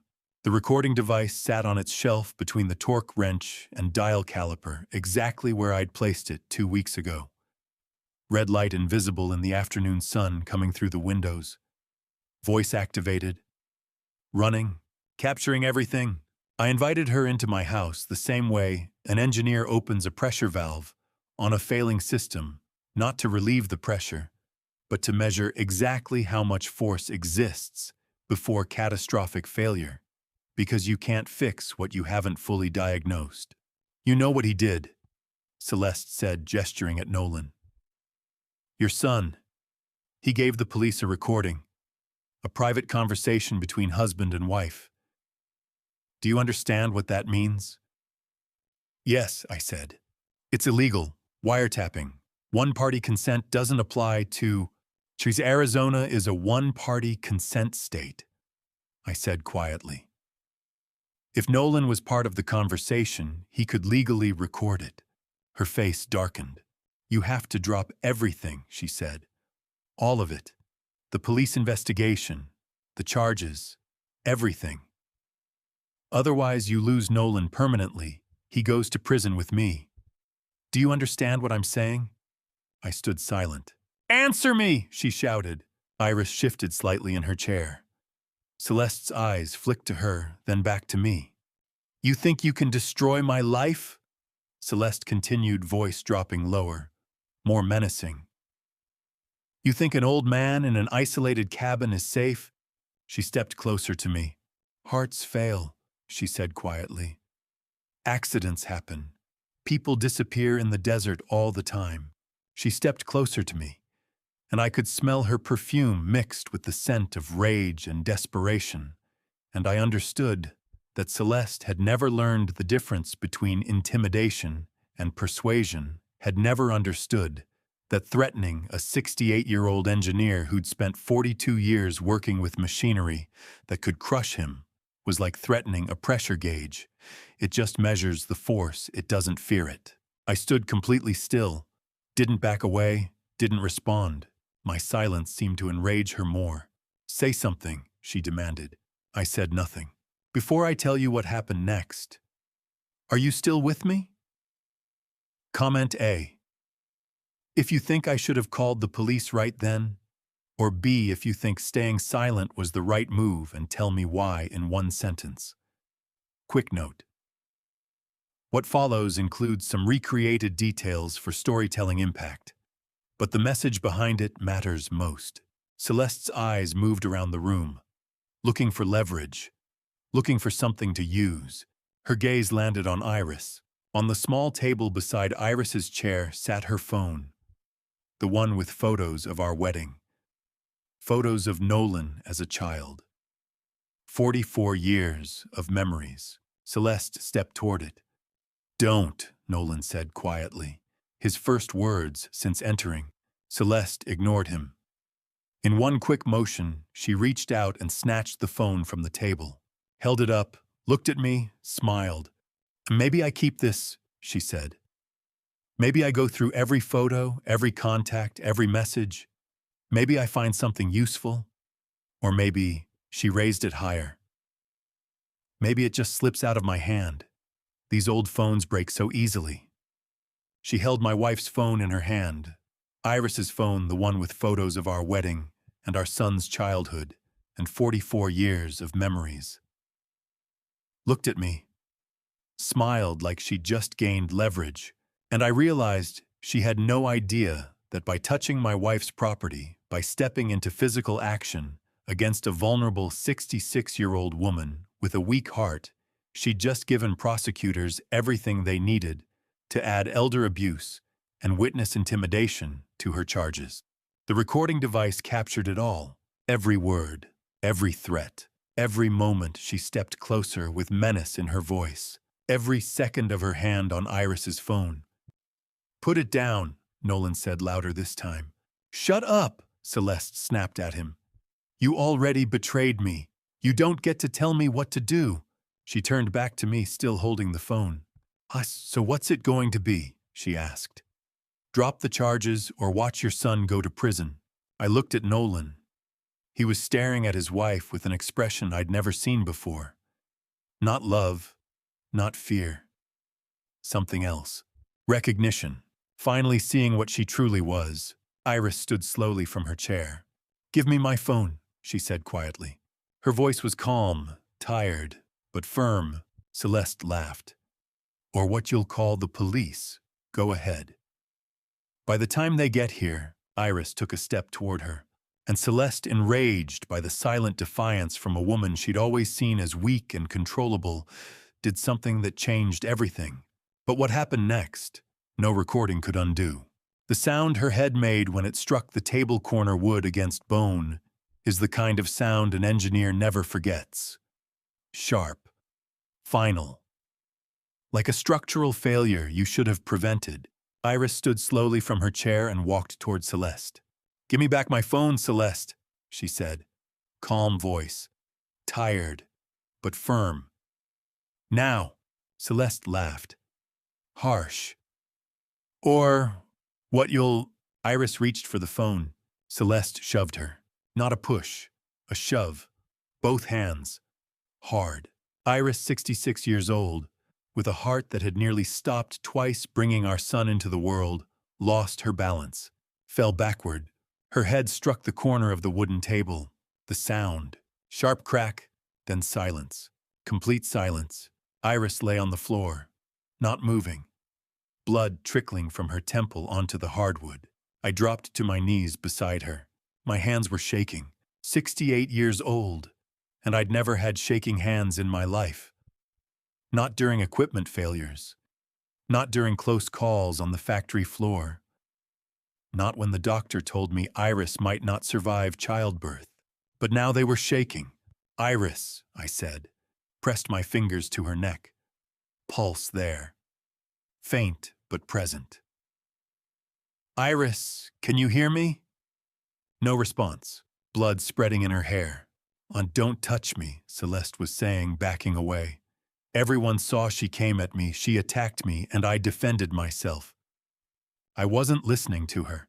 I pulled my shirt over my head, pressed it to Iris's temple. I'm pressing my shirt to her temple, thinking, head wounds bleed disproportionate to injury severity due to rich vascular supply. Scalp has extensive anastomotic network.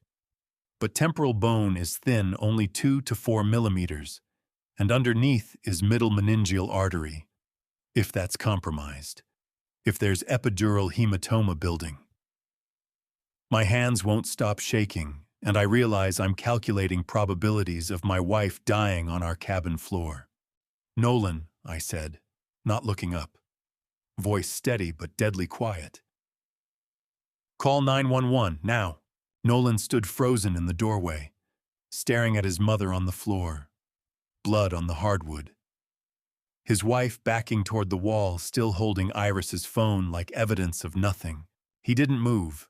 "Nolan," I said again. He was remembering something. I could see it in his face, the way it went distant, and then came back harder, like a man forcing himself to look at something he'd been avoiding for years. I knew what memory lived in that expression. I had put it there myself 30 years ago. Nolan at 8 years old, sitting at the kitchen table asking me why his mother was always at the hospital. I had told him the truth, that her heart had stopped twice bringing him into the world, that it was a miracle she was still here, that I had worked night shifts for 3 years to pay those bills. He hadn't fully understood then. I had always wondered if he ever would. Looking at his face now, I thought maybe he finally did. "Ah, what have I done?" Nolan whispered. Not a question, a statement. "Oh God, what have I done? Baby, you saw?" Celeste started reaching for him, voice switching, victim mode. "She attacked me. I was defending myself." "Don't," Nolan said. Celeste stopped. "Don't touch me," he continued. Voice cold, looking at her like she was a stranger. "Don't say another word." He stepped away from her. For the first time in 4 years, my son stepped away from his wife. I kept pressure on Iris's wound. She wasn't waking up. Breathing was shallow. Pulse still there, but weak. "She needs an ambulance," I said. "Nolan, now!" Nolan looked down at his mother bleeding on the floor, the woman who'd nearly died giving him life, lying unconscious because of the woman he'd married, because of the choices he'd made. Because he'd enabled a thief. Because he'd forged his father's signature. Because he'd stood silent on a balcony while Celeste mocked his parents. All of it. Every mistake. Every moment of cowardice. Collapsing into a single image, his mother on the floor with blood in her hair. He pulled his phone from his pocket, not looking at Celeste, not looking at me, looking at his mother's blood on the floor. Dialed. 911, what's your emergency? His voice was steady when he spoke. The steadiness of something broken, snapping into new shape. I need an ambulance at 2847 Pine Haven Road, Apache Junction, he said. My mother has been assaulted. She fell and struck her head. She's unconscious, bleeding from the temple. She has a pre-existing heart condition.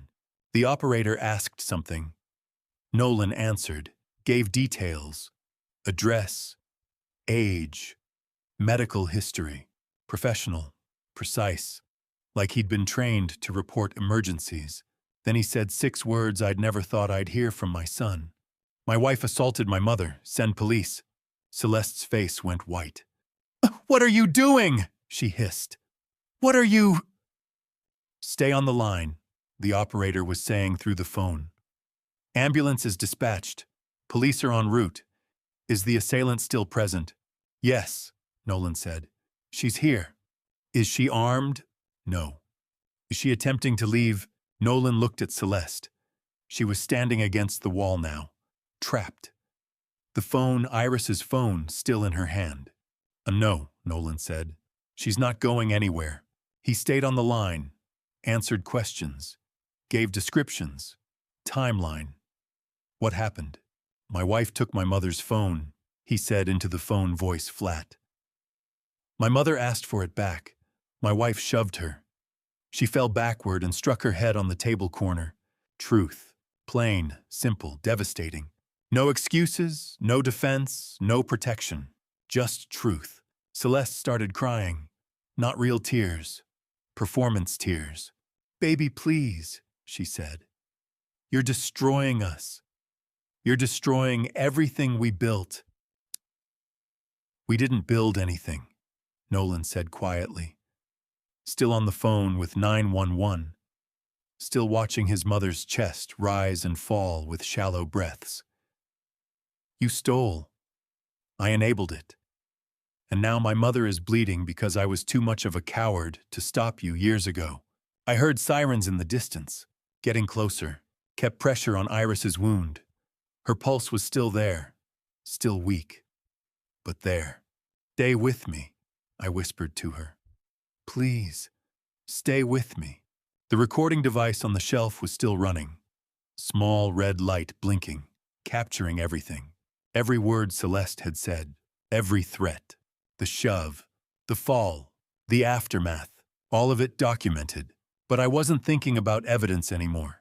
I was thinking about my wife, lying unconscious with blood in her hair, and my son standing over us, finally choosing truth. My son moved between his wife and the door. Not the hesitant shuffle I'd watched for 4 years, but the decisive step of a man who'd finally chosen a side. Sirens were getting closer. Maybe 2 minutes away. Maybe 3. Celeste heard them too. She looked at the door. Looked at Nolan still on the phone with 911. Looked at me kneeling beside Iris with blood on my hands. Then she moved. Headed for the door, Nolan stepped in front of her. Sit down, he said, his voice. I hadn't heard that voice in years. Clear. Firm. No hesitation.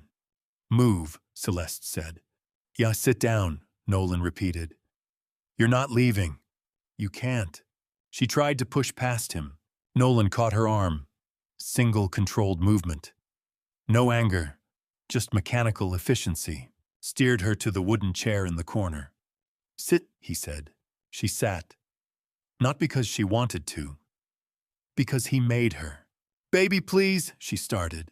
Nolan kept the phone to his ear, still on the line with 911.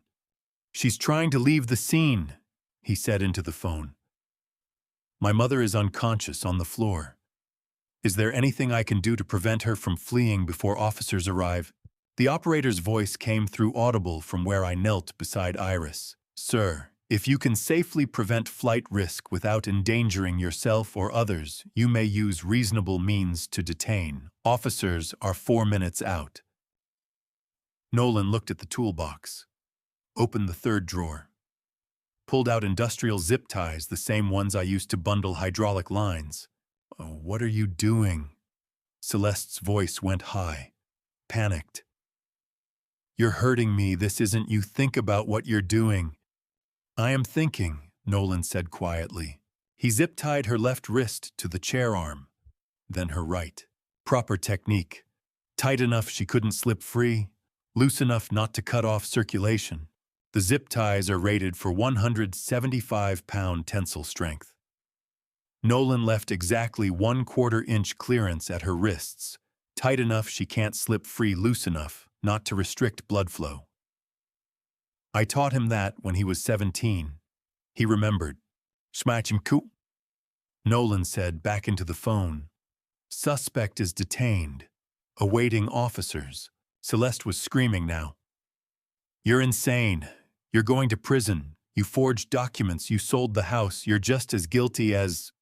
I know, Nolan said. He picked up his phone, still connected to 911. This is Nolan Prescott at 2847 Pine Haven Road, he said into the phone. Calm, professional. I called 2 minutes ago about my mother's assault. My wife is attempting to flee the scene. I've restrained her. Send officers immediately. The operator said something. Yes, she's secured, Nolan replied. Zip-tied to a chair. No, I'm not armed. Yes, I'll remain on the line. I kept pressure on Iris's wound. Her breathing was shallow but steady. Pulse still weak. Stay with me, I whispered to her. Nolan stood by the door, waiting, watching both his wife and his mother. Celeste switched tactics, started crying. Not the performance tears from before. Desperate tears. 4 years, Nolan, she sobbed. 4 years we've been together. You're going to throw that away for her. She never accepted me. She poisoned you against me. Your father poisoned you. You put my mother in the hospital, Nolan said, voice flat. You stole my parents' home. Every word out of your mouth is calculated. I see it now. I'm sick, Celeste said. I have a disease, kleptomania. I need help, not prison. If you loved me, you'd... I did love you, Nolan interrupted. Past tense. She stared at him. I loved who I thought you were. He continued. But that person never existed, did she? You were always this. I was just too blind to see it. Celeste's face hardened. You're going to regret this, she said. Cold now. The tears gone. I'll tell them everything. Every document you signed. Every lie you told. You'll lose your career, your freedom, everything. I know, Nolan said again. He looked at her with an expression I recognized. The same expression he'd had at 16 when he made a mistake in the workshop and had to start over from scratch. Acceptance. Understanding that some failures require complete disassembly before you can rebuild. My wife's blood is soaking through my shirt. My son is restraining his wife with industrial fasteners. Sirens in the distance getting closer. This is not how I thought our family would end up, but watching Nolan stand there calm and certain for the first time in 4 years, I think maybe this is how we begin again. The recording device on the shelf was still running, capturing everything. The assault, the aftermath, Celeste's threats, Nolan's restraint. All of it documented with courtroom-quality audio. Celeste saw me looking at the shelf. Well, what, she demanded. What are you looking at, I didn't answer. She followed my gaze, saw the device camouflaged between the torque wrench and dial caliper. Her face went pale. You recorded this, she whispered. You recorded everything. Yes, I said simply. That's illegal. Arizona is a one-party consent state, I said. I can record any conversation in my own home. She opened her mouth, closed it, opened it again. Nothing came out. For the first time since I'd met her, Celeste had no words. Nolan looked at me, really looked at me. Our eyes met across the room. He didn't say anything, didn't need to. I could see it in his face. The boy who'd written, "I want to be that kind of man," in a notebook 20 years ago. The teenager who'd helped me build this cabin workshop. Who'd learned to measure twice and cut once. Who'd understood integrity before Celeste spent 4 years trying to erase it. That's my son. The one who stood beside me at this workbench, age 16, learning to measure twice and cut once. The one who believed in doing right things the hard way. He's been there all along under 4 years of her reprogramming. He just needed a reason to break through. Red and blue lights swept across the cabin walls. The sirens were right outside now. Nolan stood by the door, one hand on the frame, waiting. Celeste sat zip-tied to my workshop chair, mascara streaked, finally silent. Iris lay unconscious in my arms, blood on the hardwood. And I thought, when those officers walk through that door, they'll see a crime scene, but they won't see what I see. They won't see the son who came back from 4 years lost. The black leather handbag lay on its side near the overturned chair contents, scattered across my workshop floor, like evidence at a crime scene, which I realized as Nolan knelt to examine them is exactly what they were. The door burst open, officers first, paramedics right behind. But before they came in, while we waited in those final seconds with sirens wailing outside, Nolan had seen something. Celeste's handbag, fallen during the struggle, contents spilled. He knelt beside it. 3 wallets, 2 phones, a woman's watch. I watched him pick up the first wallet. Black leather, men's, open it, set it down. Second wallet, brown, women's, same. Third wallet, brown leather, worn edges. He opened it slowly, pulled out a folded piece of paper, unfolded it, stared. "Daddy, remember to buy medicine for me? I love you," he read aloud, voice hollow. 6 years old. She drew a heart. He turned the paper over. Photo tucked inside. Little girl, gap-toothed smile, holding a stuffed rabbit. Nolan stood completely still, then placed the wallet down gently, like something sacred. Looked at Celeste zip-tied to the chair. His expression wasn't anger anymore. It was grief. Grief for all the victims she'd created. All the families she'd violated. All the small thefts that weren't small to the people she'd stolen from. "I was going to return them," Celeste said quickly. "I always return them eventually. It's a compulsion. I can't." "You stole these today," Nolan said, not a question. Today. The same day you came here to threaten my parents. The same day everything was falling apart. You went to a shopping center and stole from people." Celeste didn't answer. 3 wallets, 2 phones, a watch. All stolen today, the same day she assaulted my wife, the same day my son finally saw the truth. She couldn't stop even knowing everything was collapsing. This isn't greed. This is pathology. Then the door opened, and the cavalry arrived. Paramedic Thomas Brennan, mid-40s, with calm, professional demeanor, went straight to Iris. Knelt beside me. "Sir, I need you to step back," he said. Not unkind, just professional. I moved. Watched him check her vitals. His partner, paramedic Sofia Ruiz, set up equipment. Heart monitor. Oxygen. "The head wounds bleed heavy, but she's stable," Brennan said to me. "Pupils' reactive heart rhythm normal. We're taking her to Mercy General for CT scan and observation." "On her heart," I said. "She has a pre-existing condition. Nearly died in childbirth 36 years ago." "The noted," Ruiz said, writing on her chart. They worked fast.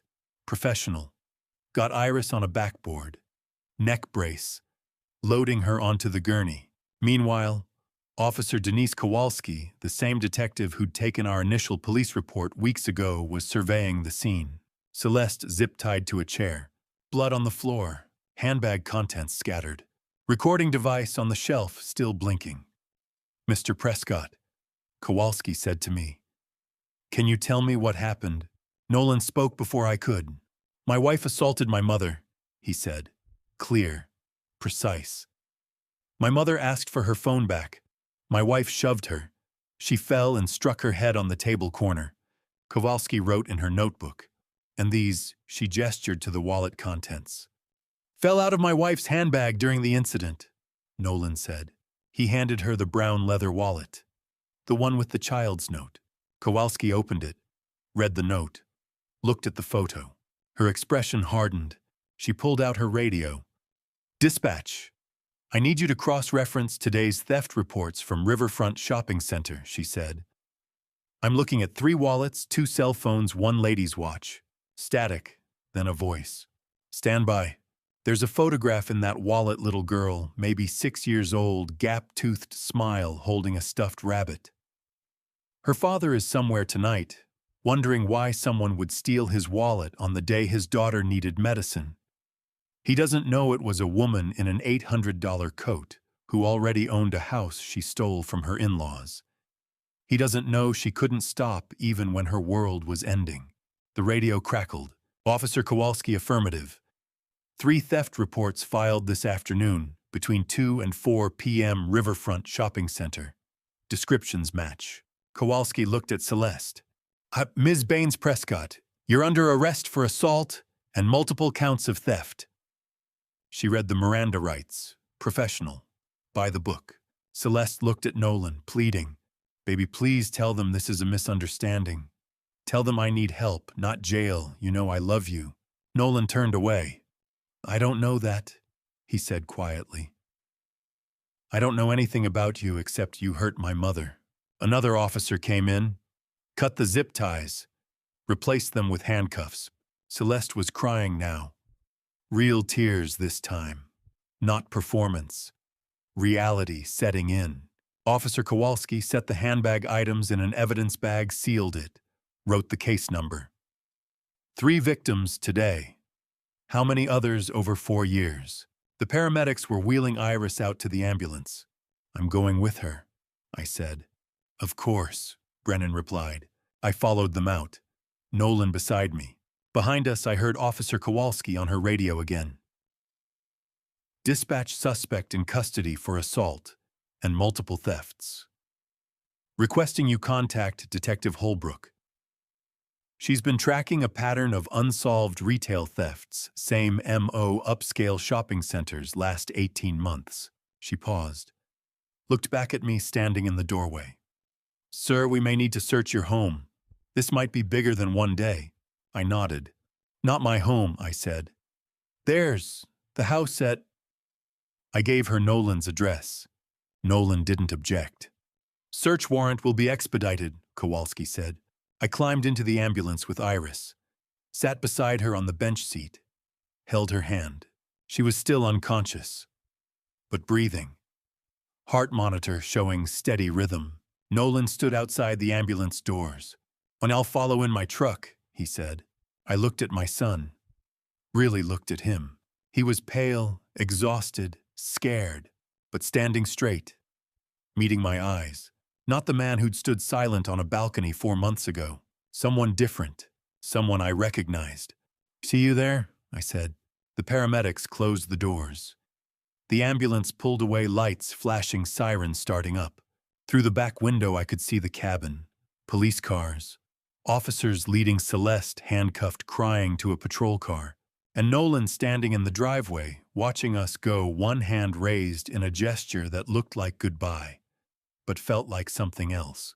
Maybe farewell to the man he'd been. Maybe hello to the one he was trying to become.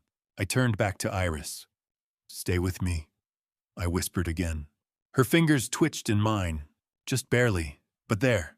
The detective's voice on the phone had the careful neutrality of a man who'd just opened Pandora's box and didn't want to spook anyone before he closed it again. "To Mr. Prescott Floyd Garrison.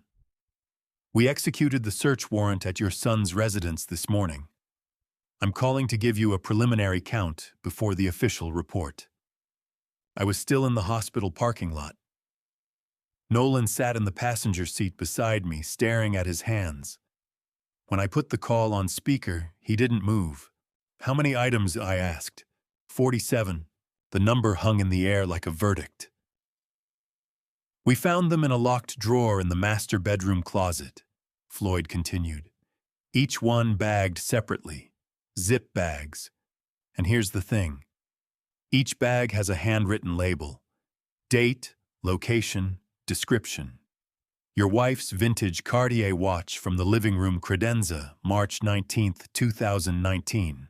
A platinum cufflink set from your dresser, August 2nd, 2020. It goes back 4 years, Mr. Prescott. This wasn't impulse. This was systematic." Nolan made a sound, half exhale, half choke. His face had gone the color of old concrete. "Now 4 years," he whispered. "I slept in that house." Floyd's tone softened fractionally. "I know this is difficult, son. But this evidence supports the theft charges under ARS 13-1802 and the financial exploitation statute. Combined with the assault, your wife is looking at 10 years, maybe 15. 15, Nolan repeated. He wasn't talking to Floyd anymore. He was talking to himself or to the ghost of the marriage he thought he'd had. 15 years. I ended the call. We sat in silence while a woman pushed a wheelchair past us toward the entrance. The sun was setting over the Superstition Mountains, painting the sky the kind of orange gold that Iris used to say looked like hope. "To eat out," Nolan started. "Not now," I said. Not unkindly. Just not now. We walked back inside. In aerospace engineering, we have a concept called structural fatigue, the weakening of material caused by repeatedly applied loads. It's not the single catastrophic force that breaks the component. It's the accumulation. The small stresses over and over until one day the integrity fails. I thought about that as we rode the elevator to the 4th floor. 4 years of small thefts, 4 years of small betrayals, and then one shove and everything collapsed. Dr. Elena Castellano met us outside Iris's room. She was younger than I expected, with kind eyes and the brisk efficiency of someone who'd learned to deliver bad news and good news with equal professionalism. "Your wife is stable," she said. "Minor concussion. We've been monitoring her heart rhythm. It's holding steady. Normal sinus rhythm, no arrhythmias. We'll keep her overnight for observation, but barring any changes, she can go home tomorrow." The breath I'd been holding since the ambulance left the cabin finally released. "Can I see her?" "She's awake, 5 minutes." I pushed open the door. Iris was sitting up slightly, the bed angled to 45 degrees. A white bandage covered the left side of her forehead, where her head had struck the table corner. Her hair, still dark except for the silver at her temples, was pushed back from her face. She looked small against the hospital sheets. Fragile. But her eyes were open clear, and when she saw me, she smiled. "Oh, Harlan," she said, and reached out her hand. I crossed the room in 3 steps and took it. Her fingers were cool, thin, but her grip was strong. "I'm here," I said. "I'm right here." "I know," she whispered. "I knew you would be." And then something in me, something that had held firm through the forgery, the theft, the betrayal, the assault, the ambulance, the police, the hospital, finally broke. I felt my face collapse, felt the wetness on my cheeks before I understood I was crying. Silent, helpless tears I hadn't shed in 30 years. Not when my mother died. Not when Curtis Redmond stood in my living room holding keys that shouldn't have been his. Not when Nolan walked away from us in that lawyer's office. But now, with Iris's hand in mine and her heartbeat steady on the monitor beside her bed, I cried. She didn't say anything, just held my hand and let me break. I don't know how long I stood there. Maybe a minute, maybe 5. But when I finally looked up, Nolan was standing in the doorway. He wasn't inside the room. Just at the threshold, one hand on the frame, looking at us like a man standing outside a house he used to live in, uncertain if he was still allowed to enter. His face was wrecked, eyes red, jaw tight. He opened his mouth, closed it, opened it again. He started. I looked at him. My son, 36 years old. The boy I'd taught to ride a bike, to build a model rocket, to calculate load-bearing tolerances. The man who'd chosen a thief over his parents and was now standing in a hospital doorway, trying to find words big enough to cross the distance he'd created. "Come inside," I said. He didn't move. "Son," I said again, and my voice cracked on the word. "Come inside." Nolan took 3 steps into the room and stopped. Looked at his mother's bandaged head. Looked at his father's wet face. Opened his mouth to say something, apology, explanation, anything, but Iris just lifted her free hand toward him. And my son, 36 years old, crossed the room and took his mother's hand, like a child who'd been lost and finally found his way home. Judge Marianne Thornton's gavel struck oak 3 times. The sound engineers recognize as finality, the kind of percussion that ends one thing and begins another.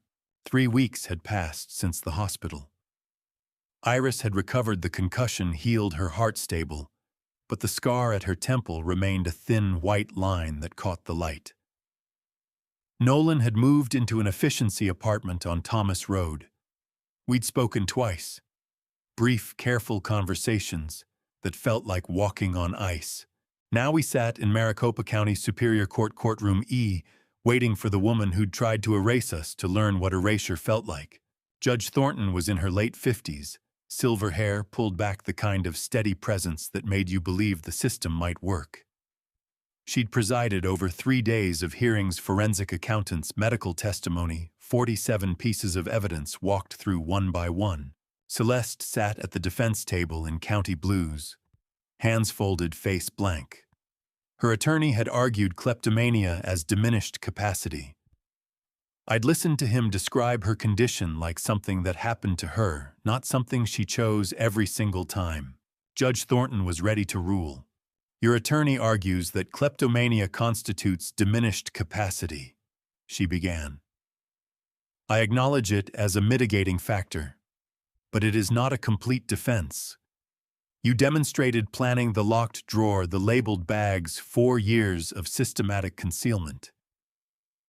You demonstrated calculation, targeting high-value items, forging legal documents, manipulating your husband. And when confronted, you demonstrated violence against a vulnerable adult with a documented heart condition. This was not impulse. This was pattern." The courtroom was silent. Guilty on theft over $25,000. Guilty on forgery. Guilty on aggravated assault on a vulnerable adult. Guilty on obstruction. 4 guilties, 4 gavel strikes. 6 years in the Arizona Department of Corrections. Mandatory psychiatric treatment. Full restitution to 47 documented victims. Remanded immediately. The bailiff stepped forward. Celeste stood and turned to look directly at me. "You did this," she said loud enough for the gallery to hear. "You took everything from me." I looked back at her and felt nothing but cold clarity. "She know," I said quietly. "You did that yourself." The handcuffs caught the fluorescent light. She didn't look back. "Floyd found me in the hallway afterward." 6 years seems light," he said. "But with her record now, any future offense means decades." "Is it over?" I asked. He didn't answer. We both knew better. Nolan's hearing was a different courtroom, different tone entirely. He sat alone at the defendant's table, no attorney. He'd waived that right after consulting a lawyer who confirmed what he already knew: take the deal. Prosecutor Alan Reeves laid out the terms. Full confession. The recording that captured the assault. Physical restraint of the primary offender. 7 victims compensated from his own funds. 0 prior criminal record. "The state offers a deferred prosecution agreement," Reeves said. 3 years supervised probation, 500 hours community service, full restitution of $347,000, mandatory counseling. Complete these terms without violation, and the charges are dismissed. Your record is expunged. He leaned forward slightly. This is your chance, Mr. Prescott. Don't waste it. Nolan looked at his hands, then at the judge. Then he turned and found me in the gallery 3 rows back. I didn't know if a man could unlearn 4 years of manipulation and rebuild himself honestly. But I nodded once. Permission. Or maybe just hope. He turned back. I accept, he said barely above a whisper. All conditions. We walked out together into the November cold. Nolan stood on the courthouse steps holding the agreement like a blueprint for a life he'd have to build from scratch. The wind pulled at the pages. I don't know how to fix this, he said. I looked at my son, 36 years old, $347,000 in debt, a marriage dissolved into criminal proceedings, and told him the truth. One step, I said, then another, for 3 years. Task 6.2. The new deed arrived by certified mail, same property address, same owner name I'd held for 44 years, but the man opening that envelope wasn't the one who'd lost the house 4 months ago. Nolan had taken the first step, walked into the probation office the morning after sentencing, and signed the paperwork. 500 hours of community service, 3 years of supervised check-ins, $347,000 in restitution. I'd told him one step, then another. He'd nodded and walked away, shoulders bent like a man carrying weight he couldn't set down. Now it was my turn. Iris insisted on coming to the title office. I told her it was just paperwork bureaucracy closing a loop. She looked at me with those clear brown eyes and said, I want to be there when we get our home back. So we sat in a conference room on the 8th floor of a glass building in downtown Phoenix, while Margaret Austin, early 60s gray suit, reading glasses on a chain, spread documents across the table like a dealer laying out cards. Chapicoum, Mr. and Mrs. Prescott. She began, the transaction is void ab initio. The power of attorney your son used had been expired for over 2 years before he used it. Under Arizona law, the sale had no legal standing. You never legally lost ownership. Iris's hand found mine under the table. Her fingers were cold. The Redmonds have been fully indemnified, Margaret continued. Purchase price, relocation costs, legal fees. They're made whole. She slid the new deed across the table. Same address, same legal description. My name in black ink. 4 months, 12 days, she said quietly. That's how long this nightmare lasted. There was a knock at the door. Curtis and Faye Redmond walked in. I hadn't expected that. Hadn't prepared for the moment when the people who'd slept in my bedroom and cooked in my kitchen would stand 3 feet away looking at me like a ghost. Curtis extended his hand. I took it. We're sorry this happened to you, he said. We had no idea. You were victims same as us, I said. I'm glad the insurance made you whole. Faye glanced at Iris, then back to me. Your son, is he? Working on it, I said. Long road ahead. She nodded. They left. Margaret handed me the folder.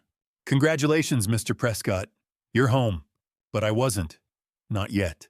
2 weeks later, Floyd called from a parking lot somewhere between appointments. All 47 victims are fully compensated, he said. The couple whose wedding rings were taken. The elderly woman whose mother's necklace was stolen. The man who lost his father's watch. Everyone made whole. To good, I said. That's all I needed to hear. The house your son bought with your money is selling for $285, Floyd added. He paid $347, lost $62,000 in 18 months. It never is worth what you pay for the wrong thing, I said, and ended the call. I stood in my living room holding the deed folder. Clear title. No encumbrances. Legally restored. But restoration isn't the same as repair. The man holding that deed wasn't the same one who'd signed a power of attorney trusting his son completely. That man believed family meant safety. That man thought love was a constant you could build equations around. Not that man anymore. Someone harder. Someone who knows that trust once broken doesn't heal, it rebuilds. Slowly. With new materials. Under stricter specifications. And sometimes what you build back isn't the same shape as what you lost. I stood at the window and waited to see what shape it would take. My son arrived at the workshop cabin in a borrowed truck with 3 duffel bags and a cardboard box, everything he owned, after the liquidation, parked in the same gravel drive where 4 months ago he'd helped his wife steal my home. The decision had taken 2 days. Iris and I sat at the kitchen table going over options. Nolan had nowhere to go, house liquidated, savings, drained credit, destroyed. He could find a room somewhere, work enough to cover rent and restitution. Or he could stay here in the workshop cabin and learn to rebuild what he'd broken.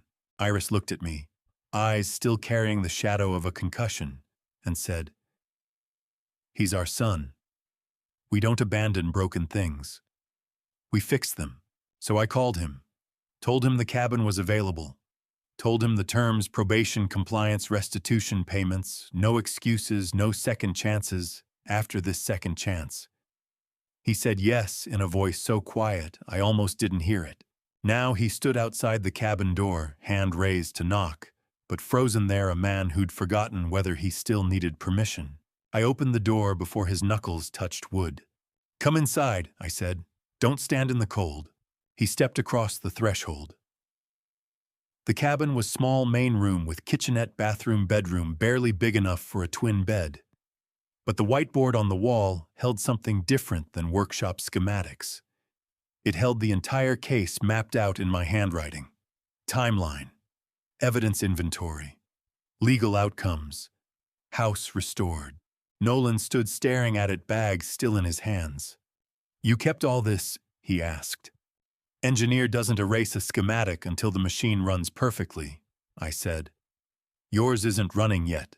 He set the bags down slowly, looked at the timeline like a man reading his own autopsy. "Small bedrooms through there," I said. "Wash up. Dinner at 6. Tomorrow, 7 sharp, we're repairing the yard pump together." He nodded and walked into the bedroom without a word. I left him there and walked back to the villa. The December sun was already low, casting long shadows across property I'd owned 44 years, lost 4 months and 12 days, and now held again with a grip that would never be careless. Through the bedroom window, I watched Nolan unpack. 3 duffel bags didn't take long. Work clothes, toiletries, old hand tools. And one thing he held for a long moment before setting carefully on the dresser, the notebook from when he was 16. The one where he'd written on the inside cover words I hadn't forgotten. He looked up toward the main house. Our eyes met across the distance. I turned away. Gave him the privacy to remember who he used to be. At 6 o'clock, Iris set 3 plates on the dining room table.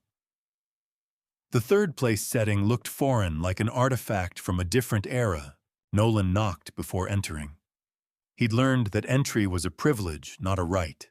The conversation over dinner was stilted, careful. Chicken, roasted vegetables, bread Iris had baked that afternoon. "Don't make us regret this," Iris said quietly, her hand going to the scar at her temple. "I won't," Nolan said. "I promise." "And promises are just words," I said. "Not unkindly, just true." "Show us."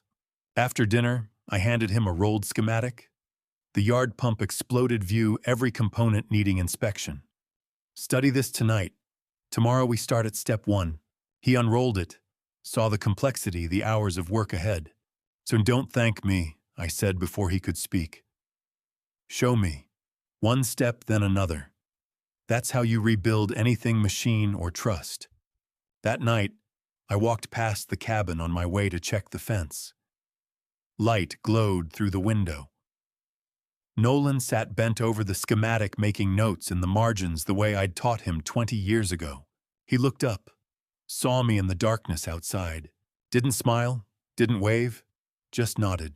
I nodded back. Tomorrow we'd begin. The yard pump's green indicator light came on at 7:14 a.m., December 18th. 3 hours of silent work, disassembling, cleaning corrosion, replacing the impeller bearing, and when I turned the breaker on and the pump hummed to life, my son looked at me and nodded. Same nod we'd exchanged through the cabin window the night he moved in. The language of men who'd forgotten how to speak but were remembering how to work. 2 days later, Iris and I moved back into the villa. 4 months, 12 days after losing it, we carried boxes through the front door and set them down in rooms that were legally, finally ours again. The Redmond couple had left the place immaculate. A single terracotta planter sat on the kitchen island, filled with desert marigolds and a handwritten note. Iris read it aloud. "Thank you for not giving up. Wishing you peace and health. Curtis and Faye."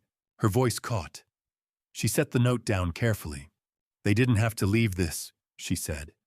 "They were victims too." "Some people choose grace," I said, "even when they don't have to." By afternoon, the neighbors had gathered quietly. Mrs. Brennan from 3 houses down brought a casserole. The couple across the way brought bread. No speeches, no questions. Just nods, handshakes, the kind of welcome you earn by surviving something everyone watched, but nobody could fix for you. Nolan carried boxes from the truck moving between cabin and house without a word. He set a box in the hallway, looked at the neighbors on the lawn. "Everyone knows, don't they?" he said quietly. "What I did." "Yes," I said, "and they'll watch what you do next." That's how you change a story, one action at a time. He picked up another box and went back to the truck. Late December afternoon, Iris and I sat on the wooden bench I'd built 40 years ago. The sun was low, painting the Superstition Mountains rust and copper. Nolan was mowing the far corner of the lawn, no earbuds, no music, cutting careful parallel lines, overlapping each pass by exactly 2 inches, the way I'd taught him when he was 15. He remembered, or he was remembering. "That's enough for today." Iris placed her hand over mine. Do you think we'll be okay?" she asked. "Us, him, this family." "I think we are being okay," I said. "Not fixed being. One is a destination, one is a process." She was quiet then. "I'm still angry, at him, at her, at what they took from us." "But good," I said. "Anger means you haven't given up. It's fuel. We'll use it to rebuild." December 31st, 2023, 11:47 p.m. I sat in my study with a notebook open. Not writing for revenge, not for evidence. Just to close the loop. Celeste couldn't be fixed because she chose not to be. Nolan can be fixed because he chose to fix himself. Iris was never broken, just tested beyond what anyone should endure. At midnight, fireworks lit up the neighborhood. I heard footsteps on the porch, then a knock. Nolan stood at my study door, thin and sober and trying. "Happy New Year, Dad," he said. "First time in 4 years. Happy New Year, son. 7 sharp tomorrow." He nodded. "What are we fixing? The garden fence, then the irrigation timer, then whatever breaks next. One repair at a time. That's how you build a life." And to you listening to my story, remember this family justice isn't about revenge. It's about accountability. Looking back, I trusted too easily. I signed that power of attorney without conditions because I believed family meant safety. Don't make my mistake. This isn't just one of those dad's revenge stories where anger solves everything. Love doesn't mean blind trust. I was an engineer for 40 years. I knew to measure twice, cut once. But I forgot to apply that same principle to the people closest to me. Protection isn't suspicion. It's wisdom. What I learned is, This real family justice isn't about punishment. It's about accountability and choice. Some people refuse repair because they choose not to change. Others can be rebuilt because they choose accountability. My son lost everything, his house, his marriage, his clean record, but he gained the chance to become himself again. I believe God put me through this to teach me that trust isn't given once and forgotten. It's rebuilt daily, one choice at a time. Forgiveness is a gift.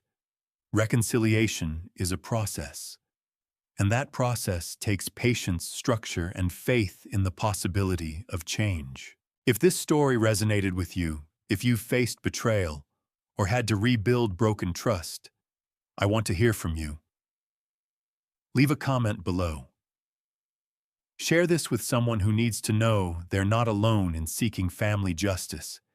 And if you believe in Dad's revenge stories that end with healing, not just anger, please subscribe to Wise Revenge. Your support means everything. Thank you for staying until the very end. Your time matters to me. One last note, this story contains fictionalized elements added for storytelling and reflection purposes. What I hope you take with you is the lesson that accountability, patience, and measured hope can rebuild even what seems broken beyond repair.